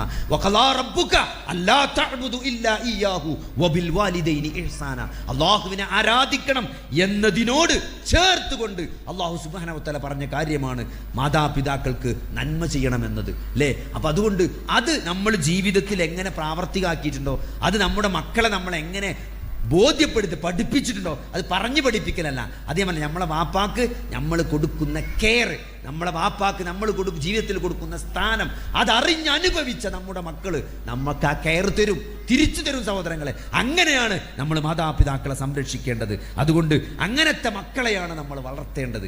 അങ്ങനത്തെ മക്കളെ വളർത്തുമ്പം സഹോദരങ്ങളെ മരണത്തിന് ശേഷം നമ്മുടെ ഖബറിലേക്ക് പ്രാർത്ഥനകൾ വരാണ്ടാവും. നമ്മുടെ അക്കൗണ്ട് തുറന്നു കിടക്കും, അതിലേക്ക് മരണം വരെ പ്രാർത്ഥനകൾ വന്നുകൊണ്ടേയിരിക്കും. അതുകൊണ്ട് അതൊരു നഷ്ടാവില്ല, ബാക്കിയൊക്കെ മരണത്തോടു കൂടി അവസാനിക്കും. ആധാരം സ്വത്തും വാപ്പാന്റെ കാറും ഏത് ലംബോർഗിനി ഉണ്ടെങ്കിലും അതൊക്കെ മക്കള് വിറ്റിട്ടോ വിൽക്കാതെ ഓരിച്ചെടുക്കും സഹോദരങ്ങളെ. അതിലൊന്നും നമുക്ക് നാളെ ഖബറിലേക്ക് ഒന്നും വരാനില്ല. അതുകൊണ്ട് ആ ഒരു ബോധം, അതുകൊണ്ട് വീടിന്റെ ഉടമസ്ഥൻ ഞാനാണ് അല്ലേ? ആണിനെ പറ്റി പറഞ്ഞെന്തറിയോ? വമാ കാന ലിമുഅ്മിനിൻ വലാ മുഅ്മിനത്തിൻ ഇദാ وما كان لمؤمن ولا مؤمنة إذا قضى الله ورسوله أمرا أن يكون لهم الخير من أمرهم ومن يعص الله ورسوله فقد ضل ضلالا مبينا. സൂറത്ത് അഹ്സാബിലെ 36-ാമത്തെ ആയത്താണ് ഈ ആയത്ത്. സഹോദരങ്ങളെ, നമ്മളെ നാളെ പരലോകത്ത് നമ്മളെ വിചാരണയ്ക്ക് വരുമ്പോൾ കുറേ നിലപാടുകൾ ഈ ആയത്ത് കാരണം നമുക്ക് വേർക്കേണ്ടി വരും. ഈ ആയത്ത് കാരണം നാളെ അല്ലാഹുവിന്റെ മുമ്പിൽ നമുക്ക് ഒരുപാട് വേർക്കേണ്ടി വരും. എല്ലാ കുടുംബങ്ങളിലും കുടുംബനാഥന്മാർ നല്ല ശ്രദ്ധിച്ചോളി. എന്താണ്? നാളെ പരലോകത്ത് വെച്ച് ഓരോ കുടുംബനാഥനെയും അവൻ ഉത്തരവാദിക്കപ്പെട്ട കാര്യങ്ങൾ നാളെ ചോദ്യം ചെയ്യുന്നതാണ്. അതുകൊണ്ട് നമ്മളെ മക്കള് ഏത് വസ്ത്രം ധരിച്ചാണ് വീടിന്റെ പുറത്തേക്ക് ഇറങ്ങിയത്, അല്ലേ? ഇന്നത്തെ ഷോർട്ട് ടോപ്പും ജീൻസും ഇട്ടിട്ട് നമ്മളെ പെൺകുട്ടികൾ ഇസ്ലാമിൻ്റെതല്ലാത്ത വസ്ത്രം ധരിച്ചിട്ടാണ് ഇന്ന് പുറത്തിറങ്ങിയതെങ്കിൽ ആ വസ്ത്രം വാങ്ങിക്കൊടുത്ത ആ വസ്ത്രത്തിൻ്റെ കാശ് നമ്മൾ സമ്പാദിച്ചതാണെങ്കിൽ സഹോദരങ്ങളെ, അതിൻ്റെ പേരിൽ നമ്മൾ ചോദ്യം ചെയ്യപ്പെടും. അതുകൊണ്ട് ദീനിന് നിരക്കാത്ത, അള്ളയും റസൂലും പഠിപ്പിക്കാത്ത ഒരു കാര്യവും എൻ്റെ കുടുംബത്തിലില്ല, എൻ്റെ മക്കളിലില്ല എന്ന് നമ്മൾ ഉറപ്പുവരുത്തണം. കാരണം ഇസ്ലാമിൽ ഒരു ചോയ്സുമില്ല, ഒരു ചോയ്സുമില്ല. വമാ കാന ലിമുഅ്മിനിൻ വലാ മുഅ്മിനത്തിൻ ഇദാ ഖലല്ലാഹു വറസൂലുഹു അംറൻ അൻ യകൂന ലഹുമുൽ ഖിയറ എന്നാണ്. അല്ലാഹുവും റസൂലും ഒരു കാര്യം കൽപ്പിച്ചാൽ ഒരു സത്യവിശ്വാസിനിക്കും അതിൽ ചോയ്സ് ഇല്ല എന്നാണ്. അതിൽ ചോയ്സ് ഇല്ല എന്നാണ്. എന്താണോ കൽപ്പിച്ചത് സമിഅനാ വ അത്അനാ, ഞങ്ങൾ കേട്ടു, അനുസരിച്ചു. നമുക്ക് ചോയ്സ് ഉണ്ട്. ഈ മുസ്ലിം ആണോ അല്ലേ എന്ന് തീരുമാനിക്കാൻ ചോയ്സ് ഉണ്ട്. ലാ ഇക്റാഹ ഫിദ്ദീൻ, ഈ മതത്തിൽ യാതൊരു ബലാത്കാരവുമില്ല. നിങ്ങൾ മുസ്ലിം ആകണമെന്ന് യാതൊരു നിർബന്ധമില്ല. പക്ഷേ നിങ്ങൾ ലാ ഇലാഹ ഇല്ലല്ലാഹ് മുഹമ്മദുർ റസൂലുള്ളാഹ് എന്ന് ചൊല്ലിയോ, എന്ന് അംഗീകരിച്ചോ, സാക്ഷ്യപ്പെടുത്തിയോ, അതനുസരിച്ച് ജീവിക്കാൻ തയ്യാറാണെന്ന് പ്രഖ്യാപിച്ചോ, എന്നാൽ നിങ്ങൾക്ക് ചോയ്സ് ഇല്ല. അള്ളി റസൂൽ എന്തു പറഞ്ഞു എന്ന് അന്വേഷിക്കുക, പഠിക്കുക, അത് ജീവിതത്തിൽ പകർത്തുക. അതുകൊണ്ട് കുടുംബത്തിൽ എന്ത് തോന്നിയാസം നടന്നാലും, അല്ലേ, കല്യാണത്തിൽ ആർഭാടുണ്ടായി, വീഡിയോ വളരെ മോശമായ വസ്ത്രം ധരിച്ചുകൊണ്ട് നമ്മളെ പെൺമക്കളുടെ കല്യാണം, വീഡിയോഗ്രാഫി, അല്ലേ, പാട്ട്, കൂത്ത്, ഇതൊക്കെ സഹോദരങ്ങളെ നാളെ പരലോകത്ത് ചോദ്യം ചെയ്യപ്പെടും. മക്കളല്ലേ, ഓരിഷ്ടല്ലേ, ഓരെ വിഷമിപ്പിക്കേണ്ട സഹോദരങ്ങളെ, അതിനൊന്നും യാതൊരു പ്രസക്തിയില്ല. അങ്ങനത്തെ നിർമ്മലമായ വികാരങ്ങൾക്ക് ഇസ്ലാമിൽ യാതൊരു പ്രസക്തിയില്ല, യാതൊരു പ്രശ്നം. അള്ളാന്റെ റസൂൽ മുഹമ്മദ് നബി സല്ലല്ലാഹു അലൈഹി വസല്ലമയുടെ മാതാവ് നരകത്തിലാണ്. സ്വന്തം മാതാവിന്റെ പാപമോചനത്തിന് വേണ്ടി പ്രാർത്ഥിക്കാൻ പോലും അള്ളാഹുവിന്റെ റസൂലിന് അനുവാദം നൽകിയിട്ടില്ല. പിന്നീട് നിങ്ങളമ്മാന്റെയും പാപ്പാന്റെയും കാര്യം ഗൗരവമുള്ള വിഷയമാണ്, അല്ലേ? എന്റെ വാപ്പ നരകത്തിലാണോ എന്നൊരു സഹാബി വന്ന് ചോദിക്കാണ്. എൻ്റെ വാപ്പി നരകത്തിലാണ് അള്ളാഹുവിന്റെ റസൂൽ പറഞ്ഞത്. എൻ്റെ വാപ്പി നരകത്തിലാണ്. അള്ളാഹുവിൻ്റെ റസൂലിൻ്റെ മാതാപിതാക്കൾ നരകത്തിലാണ്. അഹ്ലുസുന്നയുടെ അഖീദയാണ്, ഹദീസ് കൊണ്ട് സ്ഥിരപ്പെട്ട കാര്യമാണത്. ഓർക്കില്ലാത്ത എന്താണ് വാത്സല്യാണ് സഹോദരങ്ങളെ നമ്മളെ മക്കളോട്, നമ്മളെ മാതാപിതാക്കളോട് നമുക്കുള്ളത്. അതുകൊണ്ട് എൻ്റെ മക്കൾ എന്ത് വിചാരിക്കും, ഓരോ കല്യാണമല്ലേ, ആ വികാരങ്ങൾക്ക് യാതൊരു പ്രസക്തി ഇസ്ലാമിലില്ല. നമ്മളെ പരലോകം നഷ്ടപ്പെടും. ഞാൻ എന്തുകൊണ്ട് തടഞ്ഞില്ല എന്നാണ്. അങ്ങനത്തെ ഒരു കല്യാണം പൊന്നാര മക്കളെ ഈ പേരിൽ വാപ്പ ജീവിച്ചിരിക്കുമ്പോൾ നടക്കൂല. നിങ്ങളെ പൈസക്ക് ഓഡിറ്റോറിയത്തിൽ പോയി നടത്തിക്കോളി, ഞാനും ഉമ്മയും വരൂല. അത് ഇസ്ലാമിന്റെ നിലപാടാണ്. അതിൽ യാതൊരു നിങ്ങൾ ബാക്കിയിലെല്ലാം സഹകരിച്ചോളി സഹോദരങ്ങളെ. പക്ഷേ ആദർശത്തിൽ ഇതിൽ യാതൊരു വിട്ടുവീഴ്ചയില്ല എന്നുള്ളതാണ്. അത് പറയുന്നിടത്ത് നമ്മൾ റിസ്ക് കാണിക്കണം. അത് വളരെ മോശമായ ഭാഷയിലോ വളരെ വൈകാരികമായോ പറയരുത്. അത് വളരെ കൺവിൻസിംഗ് ആയി, പ്ലീസിംഗ് ആയി, വാപ്പാന്റെ കുട്ടി, വാപ്പ മഹ്ശർ ഓർത്ത്, പരലോകത്തെ ഓർത്ത്, വാപ്പാന്റെ വിശ്വാസം അതാണ്, വാപ്പ വിശ്വസിക്കുന്നത് അതാണ്. അതുകൊണ്ട് വാപ്പാക്ക് അതിന് കഴിയൂല മോനെ എന്ന് നിങ്ങൾ കണ്ണിൽ വെള്ളം വന്നുകൊണ്ട് പറഞ്ഞാൽ ഒരു മകനും അതിനെ ധിക്കരിക്കൂല എന്നാണ്. നമുക്ക് ആൾക്കാർ മക്കളോട് നമുക്ക് പറ്റുന്നത് നമ്മൾ ചൂടാകുക ചെയ്യാം. നല്ലൊരു റാപ്പ് ഉണ്ടാക്കുന്നതിന് മുമ്പ് നമ്മൾ കൽപ്പിക്കുകയാണ് ചെയ്യുക മക്കളോട്. അതുകൊണ്ടാണ് മക്കൾ ചെറുപ്പത്തിൽ കൗമാരത്തിൽ അകന്നു പോണത്, അല്ലേ? അങ്ങനത്തെ ഒരു പ്രശ്നം വരുമ്പോൾ നമ്മൾ എന്താണ് സ്നേഹിച്ച് കീഴ്പ്പെടുത്താൻ വേണ്ടത്, അല്ലേ? മകന് കുഫറുണ്ടോ, മകന് അങ്ങനത്തെ ലിബറലിസം സംസാരിക്കുന്നുണ്ടോ, അല്ലേ? ഓൻ പള്ളി പോണോ, ഇനി പള്ളി പോകില്ല എന്ന് പറയാണ്. ഖുർആനൊക്കെ ആരോ എഴുതിണ്ടാക്കിയതാന്ന് മകൻ പറഞ്ഞ് അത് കേട്ട് തകർന്നിരിക്കുമ്പോൾ സഹോദരങ്ങളെ, നമ്മൾ ഓനെ പുറത്താക്കല്ല വേണ്ടത്, ഓനെ സ്നേഹിച്ച് കൂട്ടിപ്പിടിക്കുകയാണ് വേണ്ടത്. സ്നേഹത്തെ കൊണ്ട് നമുക്ക് കീഴ്പ്പെടുത്തി ഇല്ലാതാക്കാൻ പറ്റും. ഓനെ നമ്മൾ പുറത്താക്കിയാൽ എന്താ സംഭവിക്കുക? നിങ്ങൾ ഓന് വലിയ കുഫറിലേക്ക് വന്ന് അകപ്പെടുകയാണ് ചെയ്യുക. അതുകൊണ്ട് സത്യത്തിൽ നിന്ന് അകലാതിരിക്കാൻ വേണ്ടി റിഫ്കോടുകൂടി മയത്തെടുക്കാൻ നമ്മൾ അള്ളാഹുവിൽ ആത്മാർത്ഥമായി പ്രാർത്ഥിച്ചുകൊണ്ട് ഏറ്റവും നന്നായിട്ട് സ്നേഹിച്ചുകൊണ്ട് പെരുമാറിയാൽ ഇത്തരത്തിലുള്ള കുറേ കാര്യങ്ങൾ നമുക്ക് ഒരു പരിധിവരെ നിയന്ത്രിക്കാൻ പറ്റും. കാരണം സ്നേഹത്തിന് കീഴ്പ്പെട്ടിട്ട് തൽക്കാലം അതിനൊരു ശമനെങ്കിലും ഉണ്ടാവും. അതുകൊണ്ട് സഹോദരങ്ങളെ, പക്ഷേ നിലപാട് കൃത്യമാണ്. അള്ളയും റസൂലും കൽപ്പിച്ചത് ഒരു കാരണവശാലും മയപ്പെടുത്താൻ സാധ്യമല്ല. നിങ്ങളെ വീട്ടിൽ നിന്ന് ഒരു പെൺകുട്ടി ടൈറ്റ് ജീൻസും ഷോർട്ട് ടോപ്പ് ഇട്ടിട്ട് നാളെ ഇസ്ലാമിൻ്റെതല്ലാത്ത എന്താണ്, ഇസ്ലാമിൽ വളരെ വ്യക്തമാണ്. യാ അയ്യുഹൻ നബിയ്യു ഖുൽ ലി അസ്വാജിക വബനാതിക വനിസാഇൽ മുഅ്മിനീന യുദ്നീന അലൈഹിന്ന മിൻ ജലാബിബിഹിന്ന. ഇപ്പൊ റോട്ടിൽ ഇറങ്ങിയാൽ സങ്കടമാണ് സഹോദരങ്ങളെ. മുഴുവൻ പെൺകുട്ടികളും പാൻറ്റും കുപ്പായും, മുഴുവൻ പെൺകുട്ടികളും, മുസ്ലിങ്ങളായ മുഴുവൻ പെൺകുട്ടികളും. വളരെ ന്യൂനപക്ഷം മാത്രമാണ് യഥാർത്ഥ ഹിജാബ് ഇടുന്നത്. വളരെ സങ്കടകരമായ അവസ്ഥയാണ്. നിങ്ങൾ ആലോചിച്ച് നോക്കി, വിശുദ്ധ ഖുർആനിൽ ഇസ്ലാമിൽ അഭിപ്രായ വ്യത്യാസമില്ലാത്ത വിഷയമാണ്, മദ്ഹബിൽ തർക്കമില്ലാത്ത വിഷയമാണ് സ്ത്രീ ഹിജാബ് ധരിക്കണമെന്നത്. അവരുടെ മുഖമക്കന മാറിലൂടെ തൂങ്ങി വരണമെന്നത്, അവരുടെ കഴുത്ത് കാണാൻ പാടില്ല, അവരുടെ ശരീരത്തിന്റെ ആകാര വടിവ് പ്രദർശിപ്പിക്കാൻ പാടില്ല. ആ മക്കനെന്ത് ചെയ്യണം? അത് തൂങ്ങിങ്ങനെ കിടക്കണമെന്നാണ്. ശരീരത്തിന്റെ ഒരു ഭാഗവും അതിൻ്റെ ഒരു ഷേപ്പും പുറത്തു കാണാത്ത രൂപത്തിൽ അവരുടെ മേൽ മൂടുപടങ്ങൾ തൂക്കിയിടട്ടെ എന്ന് വിശുദ്ധ ഖുർആനിന്റെ ആയത്താണ്. അതെങ്ങനെ ദുർവ്യാഖ്യാനം ചെയ്യാൻ പറ്റൂല. അതിൽ കാലങ്ങളായിട്ട് ഇസ്ലാമിന്റെ ശക്തമായ പൈതൃകമുണ്ട് എങ്ങനെയാണ് ഹിജാബ് ഇടുക എന്നുള്ളതിനെ കുറിച്ച്. അതുകൊണ്ട് അതുപോലും സഹോദരങ്ങളെ എത്ര നിസ്സാരമായി കണ്ടുകൊണ്ട് നമ്മളെ വീട്ടിൽ നിന്ന് ഹിജാബ് ധരിക്കാത്ത ഒരു പെൺകുട്ടി പുറത്തിറങ്ങിയിട്ടുണ്ടെങ്കിൽ നാളെ നമ്മൾ ചോദ്യം ചെയ്യപ്പെടും റബ്ബിന്റെ മുമ്പിൽ. ആ ചോദ്യത്തിന് നമ്മൾ വയർക്കേണ്ടി വരും എന്നത് തീർച്ചയാണ് സഹോദരങ്ങളെ. അതാണ് വിശുദ്ധ ഖുർആൻ ഇത്ര ഗൗരവമായിട്ടാണ് പറഞ്ഞത്. നിങ്ങൾക്ക് ചോയ്സ് ഇല്ല എന്നാണ്. നിങ്ങൾക്ക് അങ്ങനെ ഒരു ചോയ്സ് അള്ളാഹു നൽകിയിട്ടില്ല. അള്ളാഹുവും റസൂലും എന്ത് പറഞ്ഞോ അതാണ് ദീന്. സ്വന്തമായി ഇഷ്ടം ഒരാൾക്കും ഇസ്ലാമിൽ അനുവദിച്ചിട്ടില്ല എന്നുള്ളതാണ്. അതുകൊണ്ട് വഖർന ഫീ ബുയൂതികുന്ന വലാ തബറജ്ന തബറുജൽ ജാഹിലിയത്തുൽ ഊല. ജാഹിലിയത്തിൽ പെണ്ണുങ്ങൾ നടന്ന പോലെ ആ സൗന്ദര്യ പ്രദർശനം നിങ്ങൾ നടത്തരുത് എന്ന് പറഞ്ഞ ആയത്തിന്റെ തഫ്സീറിൽ ഇബ്നു ഗസീർ പറഞ്ഞിട്ട് ആ മക്കനെ കെട്ടേണ്ടത് എങ്ങനെ പറഞ്ഞിട്ട് അല്ലേ? അത് അവിടെ ബന്ധിക്കണം എന്നാണ് തലയിൽ. അതങ്ങനെ എങ്ങനെ ചുറ്റിയൊന്നും ഇടാൻ പറ്റൂല, ഷെയ്പ്പാക്കിടാൻ പറ്റൂല. അത് തലയിൽ ബന്ധിച്ച് തൂങ്ങി ഇങ്ങനെ കിടക്കണം എന്നാണ്. അത് അത്രയും വ്യക്തമാണ് സഹോദരങ്ങളെ. അതുകൊണ്ട് അങ്ങനെ ഹിജാബ് ഇടുന്ന മക്കളായിട്ട് ഭാര്യമാരായിട്ട് നമ്മുടെ കുടുംബത്തിൽ ഉണ്ടാക്കിയെടുക്കുക എന്നുള്ളത് അത് നമ്മുടെ ഉത്തരവാദിത്തമാണ്, നമ്മുടെ ബാധ്യതയാണ്.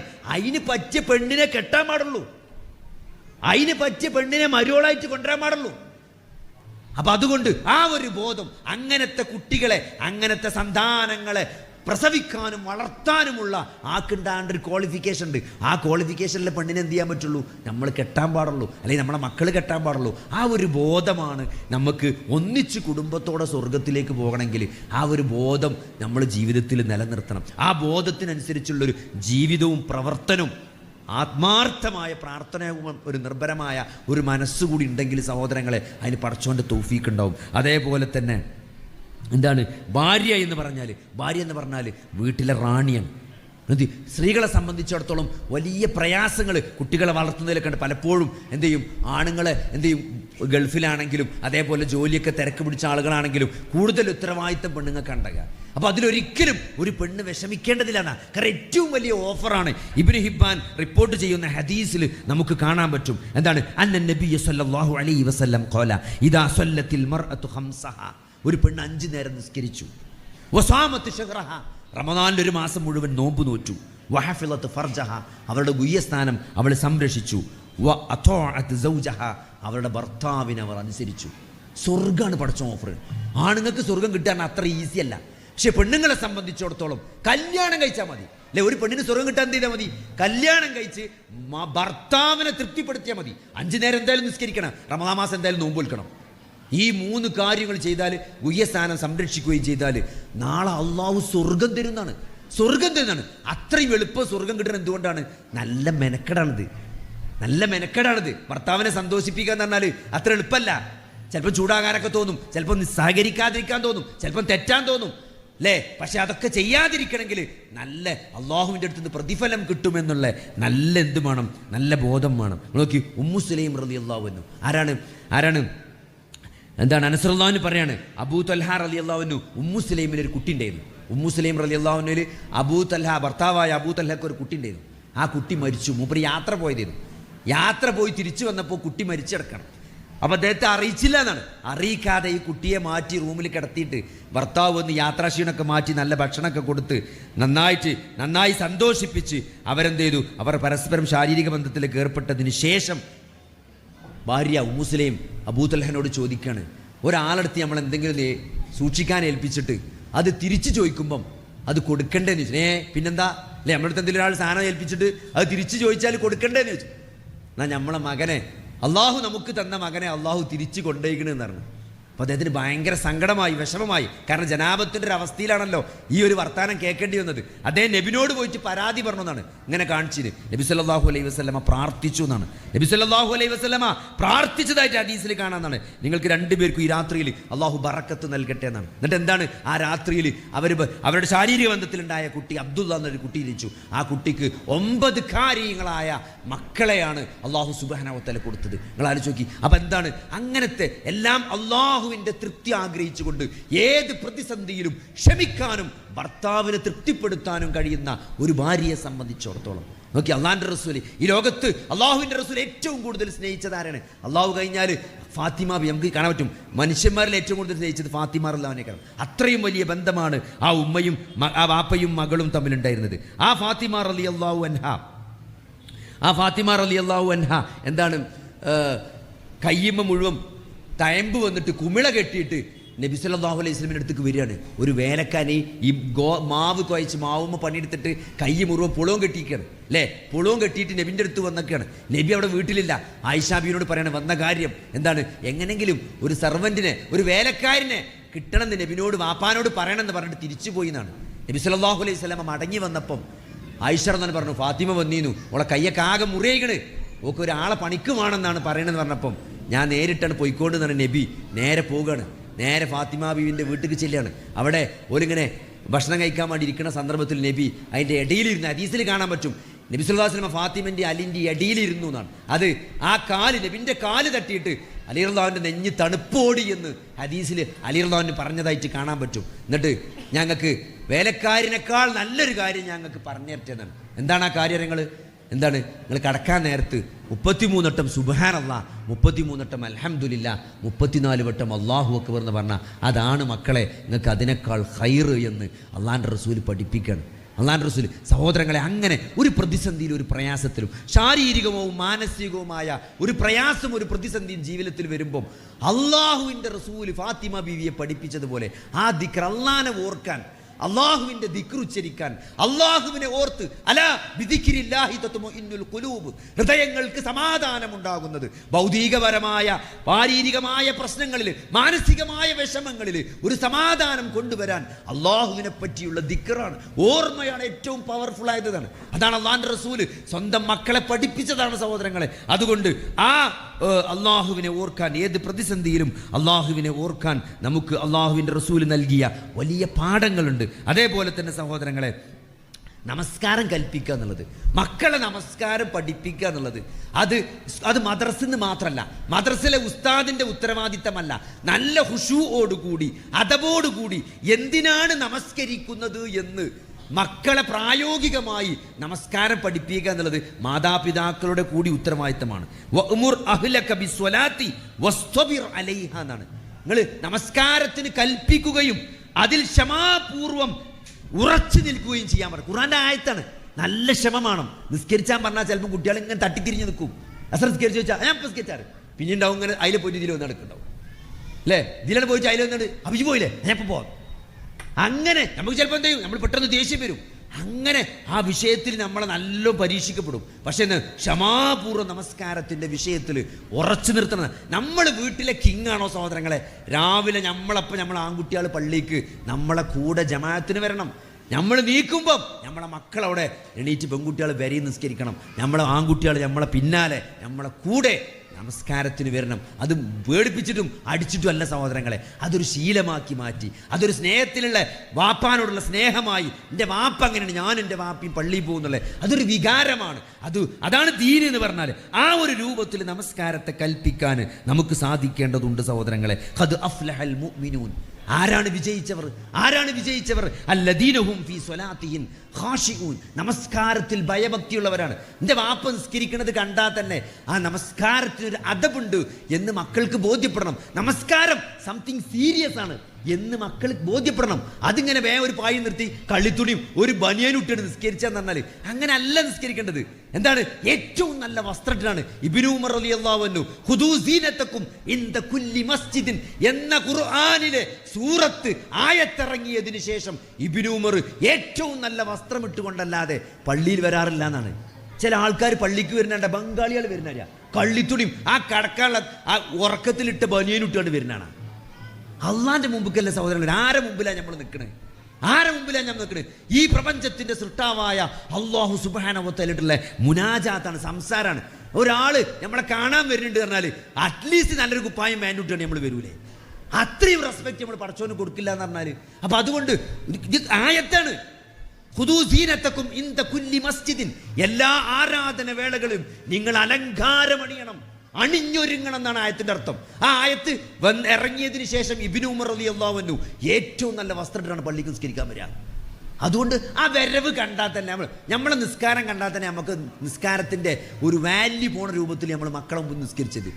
അവിടെ കണ്ടിട്ട് എന്താണ് ഒരു കള്ളിത്തുണി ഒരു ബനിയനെ കിട്ടാണ്ട് ഇങ്ങനെ ചൊറിഞ്ഞും മാന്തി ഇങ്ങനെയൊക്കെ നോക്കി നിസ്കരിച്ചിട്ട് പോയാൽ അങ്ങനല്ല നിസ്കാരം. അള്ളാന്റെ മുമ്പിലാണ് നിൽക്കുന്നത് എന്ന ബോധത്തോടു കൂടി എന്താണ് ഇതിൻ്റെ അവസാനത്തെ നിസ്കാരമാണെന്നാണ്.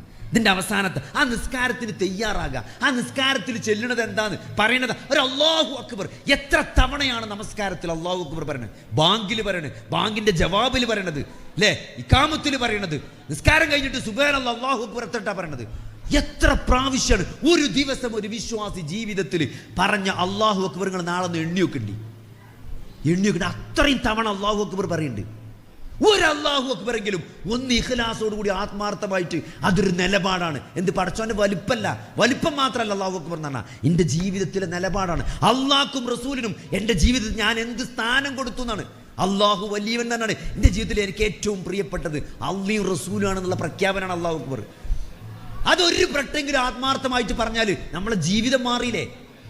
ആ പറയണിയിലൊന്ന് ശ്രദ്ധിച്ചുകൊണ്ട്, അല്ലേ, നിസ്കാരത്തിൽ സുബ്ഹാൻ റബ്ബിയൽ അളീം, സുബ്ഹാൻ റബ്ബിയൽ അഅ്ല എന്നൊക്കെ പറയുമ്പം അതൊക്കെ ഒന്ന് ശ്രദ്ധ കൊടുത്തുകൊണ്ട്, ചെല്ലുന്നതൊക്കെ ഒന്ന് ആലോചിച്ചുകൊണ്ട്, ഇത് അവസാനത്തെ നിസ്കാരമാണ്. ഈ ഇശാ നിസ്കാരം കഴിഞ്ഞ നാളെ സുബൈൻ്റെ മുമ്പ് എൻ്റെ മയ്യത്ത് പെരീന്ന് ഇറക്കുമെന്ന് വിചാരിക്കുമ്പം ആ ഇശ വല്ലാത്തൊരു ഇശയായിരിക്കും. എൻ്റെ അവസാനത്തെ നിസ്കാരങ്ങൾ വിചാരിച്ച് നിസ്കരിച്ചു നോക്കി, ആ സുജൂദിന് പൊന്താൻ തോന്നൂല, ആ അത്തയ്യാത്ത് തീരൂല, പ്രാർത്ഥനകൾ അവസാനിക്കൂല. കാരണം ഇനിയൊരു ചാൻസ് ഇല്ല. അങ്ങനെ നിസ്കരിക്കാൻ നബി പറഞ്ഞതാണ്. ഖുശൂ ഉണ്ടാകാനുള്ള മാർഗ്ഗം നബി പറഞ്ഞതാണ്. എന്താണ് സല്ലി സലാത്തി മുഅദ്ദി എന്നാണ്. വിട പറയുന്നവന്റെ നമസ്കാരത്തെ പോലെ നിങ്ങൾ നമസ്കരിക്കണം എന്നാണ്. പിന്നെ ചെല്ലുന്നതൊക്കെ ആലോചിക്കുക, ദിക്റുകൾ ആലോചിക്കുക, ഖുർആൻ അർത്ഥറിയണ ആയത്തുകൾ ഓതുക. കുറച്ച് അർത്ഥമൊക്കെ നമ്മൾ പഠിക്കണം, കുറച്ച് ആയത്തൊക്കെ നമ്മൾ വെറും ഒരു കുല്ലല്ലാഹു നിൽക്കരുത്. എത്ര കാലം കുല്ലല്ലാഹു ഓതി? വേറെ ഖുർആനിലെ സൂറത്തില്ലേ സഹാബത്ത് കുല്ലല്ലാഹു ഓതി സ്വർഗത്ത് പോയിട്ടുണ്ട്. അത് അവർക്ക് അള്ളാഹിനോടുള്ള സ്നേഹം കൊണ്ടാണ്, ആ സൂറത്തിനോടുള്ള സ്നേഹം കൊണ്ടാണ്. നമ്മൾ കുല്ലല്ലാഹു ഓതുന്നത് അതിനല്ല, നമ്മൾ ടപ്പെട്ടപ്പെട്ട അടിച്ചു വിടാനാണ്. അപ്പോൾ അതൊക്കെ ഒന്ന് മാറണമെങ്കിൽ നല്ലൊരു സൂറത്തൊക്കെ പഠിച്ച് അതൊക്കെ ഇടക്ക് നിസ്കാരത്തിൽ ഓതിയിട്ട് നിസ്കാരത്തിൻ്റെ ഒരു വൈബന്നെ മാറ്റണം. നിസ്കാരം വളരെ പതുക്കെ ജെന്റിലായിട്ട് സ്ലോ ആയിട്ട്, അല്ലേ, അതിൻ്റെ ചലനങ്ങളൊക്കെ സ്ലോ ആയിട്ട് നമ്മൾ എന്ത് ചെയ്യണം? കോഴി കൊത്തണ പോലെ കൊത്തരുതെന്നാണ് നബി സ്വല്ലല്ലാഹു അലൈഹി വസല്ലം പറഞ്ഞത്. ഇങ്ങനെ സുജൂദ് അങ്ങനെ ചില ആൾക്കാർ സുജൂദുണ്ട് അങ്ങനെയാണ്. അപ്പോൾ ഒരു ത്വമഅനീനത്തോടുകൂടി സമാധാനത്തോടുകൂടി ചെല്ലുന്നതൊക്കെ ആലോചിച്ചുകൊണ്ട് നമ്മൾ നിസ്കാരിക്കണം. അതേപോലെ നിസ്കാരത്തിന് നമ്മൾ ഡിസ്ട്രാക്ഷൻസ് പരമാവധി കുറക്കണം. സുജൂദിക്ക് നോക്കണം, അല്ലേ, ഫോൺ ഓഫാക്കിടണം. ചില ആൾക്കാരൊക്കെ എന്താ പറയുക, നിസ്കാരത്തിന് വന്നിട്ട് സൊഫിൽ ഇങ്ങനെ ഇരുന്നിട്ട് മുന്നത്തെ സൊഫിൽ നമസ്കാരം പ്രതീക്ഷിച്ചിരിക്കണം. ഈ സത്യത്തിൽ ഈ ബാങ്ക് വിളിക്കുമ്പം തന്നെ നമ്മൾ ചെയ്യണ കാര്യങ്ങളൊക്കെ അവസാനിപ്പിച്ചുകൊണ്ട് നമ്മൾ പള്ളിയിലേക്ക് പോയിട്ട് അവിടെ ഒളു എടുത്ത് നല്ല ഒളു എടുത്തു, ഒളുവിൻ്റെ ശേഷമുള്ള പ്രാർത്ഥനയൊക്കെ ചൊല്ലി 2 റക്അത്ത് മുന്നത്തെ സൊഫിൽ വന്നിരുന്ന് നിസ്കരിച്ചിട്ട് നമ്മളവിടെ പ്രാർത്ഥിച്ചോ ഖുർആൻ ഓതി ഇരിക്കുമ്പം അത് വേറൊരു വൈബാണ്. നമ്മൾ നിസ്കാരത്തിലേക്ക് മാനസികമായി പ്രവേശിച്ചു കഴിഞ്ഞു. എന്നിട്ട് അവിടെ ഇരുന്നിട്ട് ഒരാളെന്തരോ ഇങ്ങനെ ഇൻസ്റ്റഗ്രാം തുറന്നിട്ട് ഇങ്ങനെ സ്ക്രീനുമ തൊട്ടിരിച്ചാണ്. വെറുതെ ഇങ്ങനെ മനസ്സിലല്ല, ഇങ്ങനെ സ്ക്രീനുമ ഇങ്ങനെ ആക്കുന്നുണ്ട്, തൊടുക തട്ട. അപ്പൊ സംഭവം ഞാൻ എന്തോ വെച്ച് പോകും ലൈക്ക് അടിക്കണ്. ഈ ഇൻസ്റ്റഗ്രാമിൽ ഇങ്ങനെ തൊട്ടാൽ ലൈക്കാവും. അപ്പൊ വല്ല ലൈക്ക് അടിക്കുക. അപ്പൊ എന്താ ചോദിച്ചു പോകുമ്പോൾ പറയാണ്, നമ്മൾ ലൈക്ക് അടിച്ചാലേ നമ്മളിതിന് ലൈക്ക് കിട്ടുള്ളൂ. എന്നിട്ട് ഈ ഇമാമ് ഇഖാമത്ത് കൊടുക്കും, മോനാണ് മടക്കി പോക്കറ്റ് കിട്ടണം, അല്ലാഹു അക്ബർ. പിന്നെ എങ്ങനെ നിസ്കാരം ശരിയായി പറഞ്ഞതരോ? നിസ്കാരത്തിലേക്ക് നമ്മൾ അതിൻ്റെ മുമ്പ് തന്നെ വളരെ സ്ലോ ആയിട്ട്, അതിനാണ് ബാങ്ക്. നമ്മൾ എടുക്കുന്ന പണിയൊക്കെ അവസാനിപ്പിക്കാനാണ് ബാങ്ക്. എന്നിട്ട് നമ്മൾ ഒന്നൊക്കെ എടുത്ത് വന്ന് നമ്മൾ അങ്ങ് നിൽക്കുമ്പോൾ അപ്പോൾ അതിന് വേറൊരു വൈബാണ്. അതിന് റബ്ബിൻ്റെ മുമ്പിലാണ് നല്ല വസ്ത്രമൊക്കെ ഇട്ട് നല്ലൊരു വസ്ത്രമൊക്കെ ധരിച്ച് പടച്ചോനെ ഓർത്തുകൊണ്ട് മുമ്പിൽ നിന്ന് ഓരോ അല്ലാഹു അക്ബർ പറയുമ്പോൾ ആ അല്ലാഹു അക്ബർ എന്ന് ആലോചിച്ചുകൊണ്ട് നമ്മൾ നിസ്കാരത്തിൽ. പിന്നെ എന്താണ് ഹാഷിയങ്ങൾക്കാണ് തെക്കുകൊണ്ട്. ആരാണ് ഹാഷിയങ്ങൾ? വിശുദ്ധ ഖുർആൻ വളരെയൊന്നും നമ്മൾ വിചാരിച്ചാൽ കിട്ടുന്ന സാധനമല്ല. നമ്മൾ നെഞ്ഞത്ത് കൈയിട്ടിയായിട്ട് കുറേ കണ്ണിമ്പി പിടിച്ചാലോ നെഞ്ഞ് കൂട്ടി പിടിച്ച് കൊല്ലിക്ക കൊണ്ടുപോയി വെച്ചാലൊന്നും ഖുശൂ കിട്ടൂല. ചില ആൾക്കാർ വിചാരം ഇവിടെ കണ്ട് പിടിച്ച് അമർത്തി ഒന്ന് കണ്ണ് ചിമ്മിയാ ഖുശൂ കിട്ടുന്നതാണ്. അങ്ങനെ ഖുശൂ കിട്ടൂല. ഖുശൂ ആർക്കാണ്? വസ്തഈനൂ ബിസ്സബ്രി വസ്സലാത്ത്. വിശുദ്ധ ഖുർആൻ സൂറത്ത് ബഖറയിലെ 45-ാമത്തെ ആയത്താണ്. വസ്തഈനൂ ബിസ്സബ്രി വസ്സലാത്ത്. നിങ്ങൾ ക്ഷമ കൊണ്ടും നമസ്കാരം കൊണ്ടും അല്ലാഹുവിനോട് സഹായം തേടണം. വ ഇന്നഹാ ലകബീറത്തുൻ ഇല്ലാ അലൽ ഖാശിഈൻ. ഹാഷിയങ്ങളല്ലാത്തവർക്ക് അത് വലിയ ഇടങ്ങേറാണെന്നാണ്, വലിയ പ്രയാസമാണെന്നാണ്. അപ്പൊ ആരാണ് ഹാഷിയങ്ങൾ? ഹാഷിയങ്ങൾക്കാണ് നിസ്കാരം വൈബായി മാറുക. അത് ആരാണെന്ന് പറയാണ്? അല്ലദീന യളുന്നൂന അന്നഹും മുലാഖൂ റബ്ബിഹിം വ അന്നഹും ഇലൈഹി റാജിഊൻ. നാളെ അല്ലാഹുവിനെ കണ്ടുമുട്ടും, ഞങ്ങൾ അല്ലാഹുവിലേക്ക് മടക്കപ്പെടുന്നവരാണ് എന്ന് വിചാരിക്കുന്നവരാണ് ഖാശിഈങ്ങൾ. നാളെ പടച്ചോൻ്റെ മുമ്പിലേക്ക് മടക്കപ്പെടും. മടക്കിയിട്ട് ആദ്യം ചോദ്യം ചെയ്യപ്പെടുക നിസ്കാരത്തെക്കുറിച്ചാണ്. നാളെ പരലോകത്ത് ഫസ്റ്റ് ക്വസ്റ്റ്യൻ എന്താണ്? നിസ്കാരത്തെ പറ്റിയാണ്. ആ ബോധമുള്ളവനാണ്. അള്ളാഹുവിലേക്ക് മടക്കപ്പെടേണ്ടവരാണ് നമ്മൾ. ഒരു പ്രയാസം ഉണ്ടാകുമ്പോൾ നമ്മളെന്താ ചെയ്യുക? ഇപ്പോൾ ഓപ്പറേഷൻ തിയേറ്ററിൽ കറണ്ട് പോയാൽ നമ്മൾ ഇന്നാലില്ലാഹി വ ഇന്നാ ഇലൈഹി റാജിഊൻ ചൊല്ലും. അപ്പോൾ സിസ്റ്റർ ചോദിക്കണം, ഇവിടെ ആരാ മരിച്ചതെന്ന്? പേഷ്യൻ്റ് മരിച്ചിട്ടൊന്നുമില്ലല്ലോ. അപ്പം മരിച്ചുമ്പോൾ ചെല്ലണതല്ല, ഒരു പ്രയാസം ഉണ്ടാവുമ്പം, ഒരു മുസീബത്ത് ഒരു വിശ്വാസിയെ ബാധിച്ചാൽ ഏറ്റവും വലിയ മുസീബത്ത് എന്താ? മരിച്ചു പോലാണ്. അതിന് നമ്മൾ തയ്യാറാണെന്ന്. കാരണം എന്താണ്? നമ്മൾ അള്ളാഹുവിലേക്ക് മടക്കപ്പെടേണ്ടവരാണെന്നുള്ള ബോധമുണ്ട്. അത് പ്രഖ്യാപിക്കാണ് അല്ലേ? അത് യാഥാർത്ഥ്യവൽക്ക. അതാണ് സഹാബത്തിന്റെ പവർ അല്ലേ? സഹാബത്തിന് അങ്ങനെ മാറാൻ കഴിഞ്ഞ എന്തുകൊണ്ടാണ്? സഹാബത്തിന് സ്വർഗം മുന്നിൽ കണ്ടുകൊണ്ട് നരകം മുന്നിൽ കണ്ടുകൊണ്ട് ജീവിക്കാൻ സാധിച്ചത് എന്തുകൊണ്ടാണ്? അവർ പരലോകത്ത് വബിൽ ആഖിറതിഹും യൂഖിനൂൻ, അവർ പരലോകത്ത് ദൃഢമായി വിശ്വസിച്ചു അല്ലേ? ഈ പരിപാടി കഴിഞ്ഞു പോകുമ്പോൾ നിങ്ങൾ വണ്ടി പാർക്ക് ചെയ്തിട്ടുണ്ട്. ചില ആൾക്കാർ വണ്ടി തിരിച്ചിട്ടിക്കണ്, വേടുത്ത് പോകാം, വേടുത്ത് മിന്നാൻ വേണ്ടിയിട്ട് വണ്ടി ആളില്ലാത്ത സ്ഥലത്ത് തിരിച്ചിട്ടവരുണ്ട് ഇവിടെ. കാരണം കൃത്യമായ പ്ലാൻ ഉണ്ട്. പരിപാടി കഴിഞ്ഞാൽ വേണ്ട ഇറങ്ങിക്കൊണ്ടിന്ന് ചിലപ്പോൾ ഭർത്താവ് മെസ്സേജ് കൊടുത്തിട്ടുണ്ടാവും.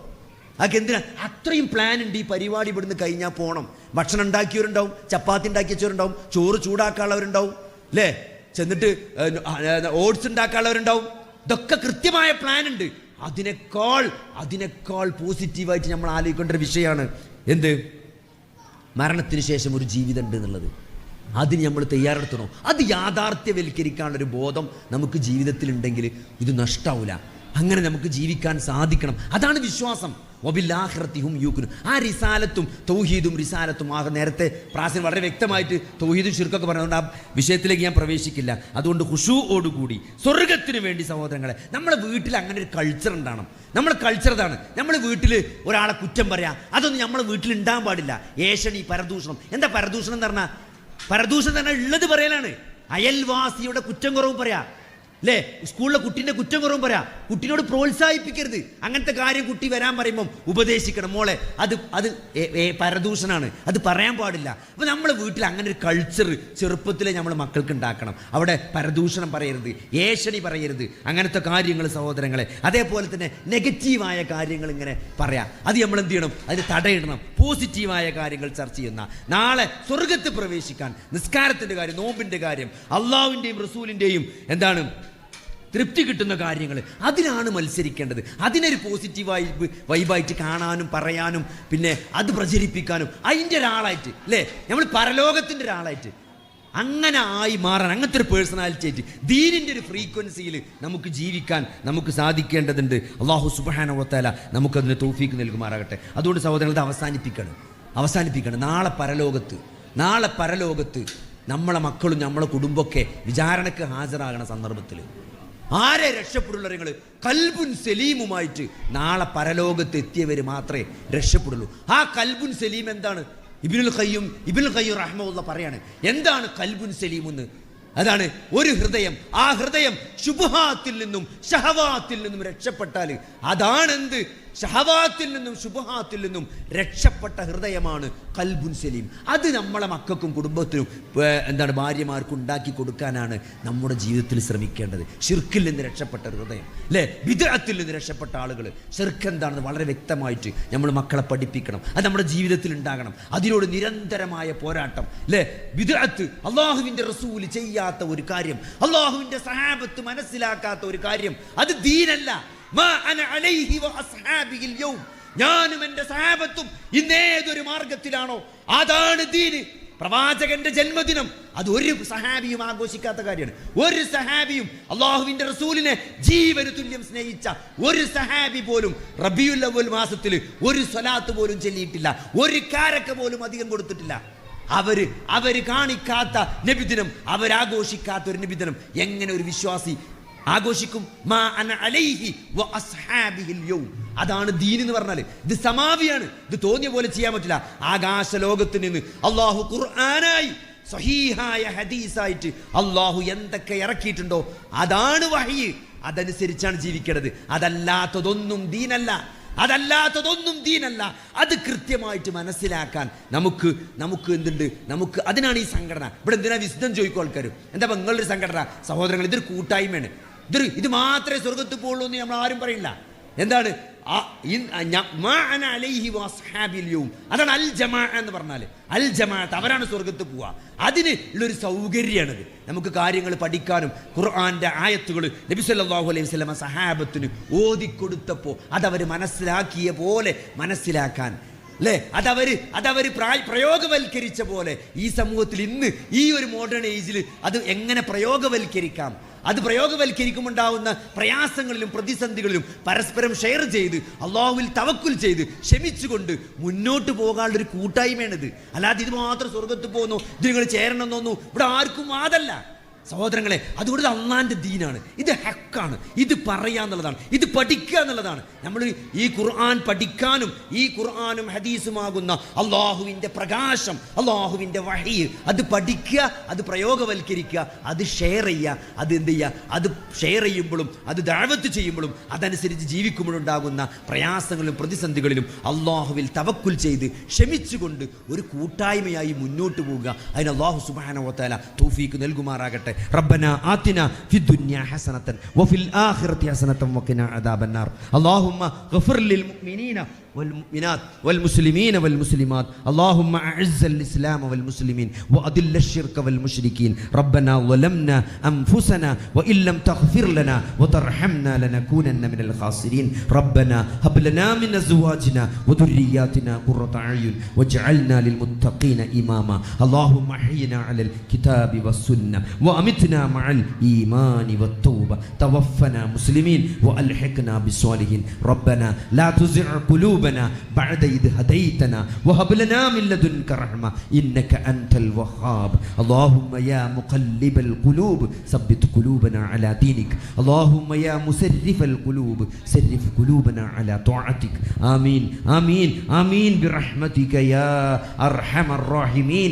اللهم صل على محمد وعلى آل محمد والحمد لله رب العالمين.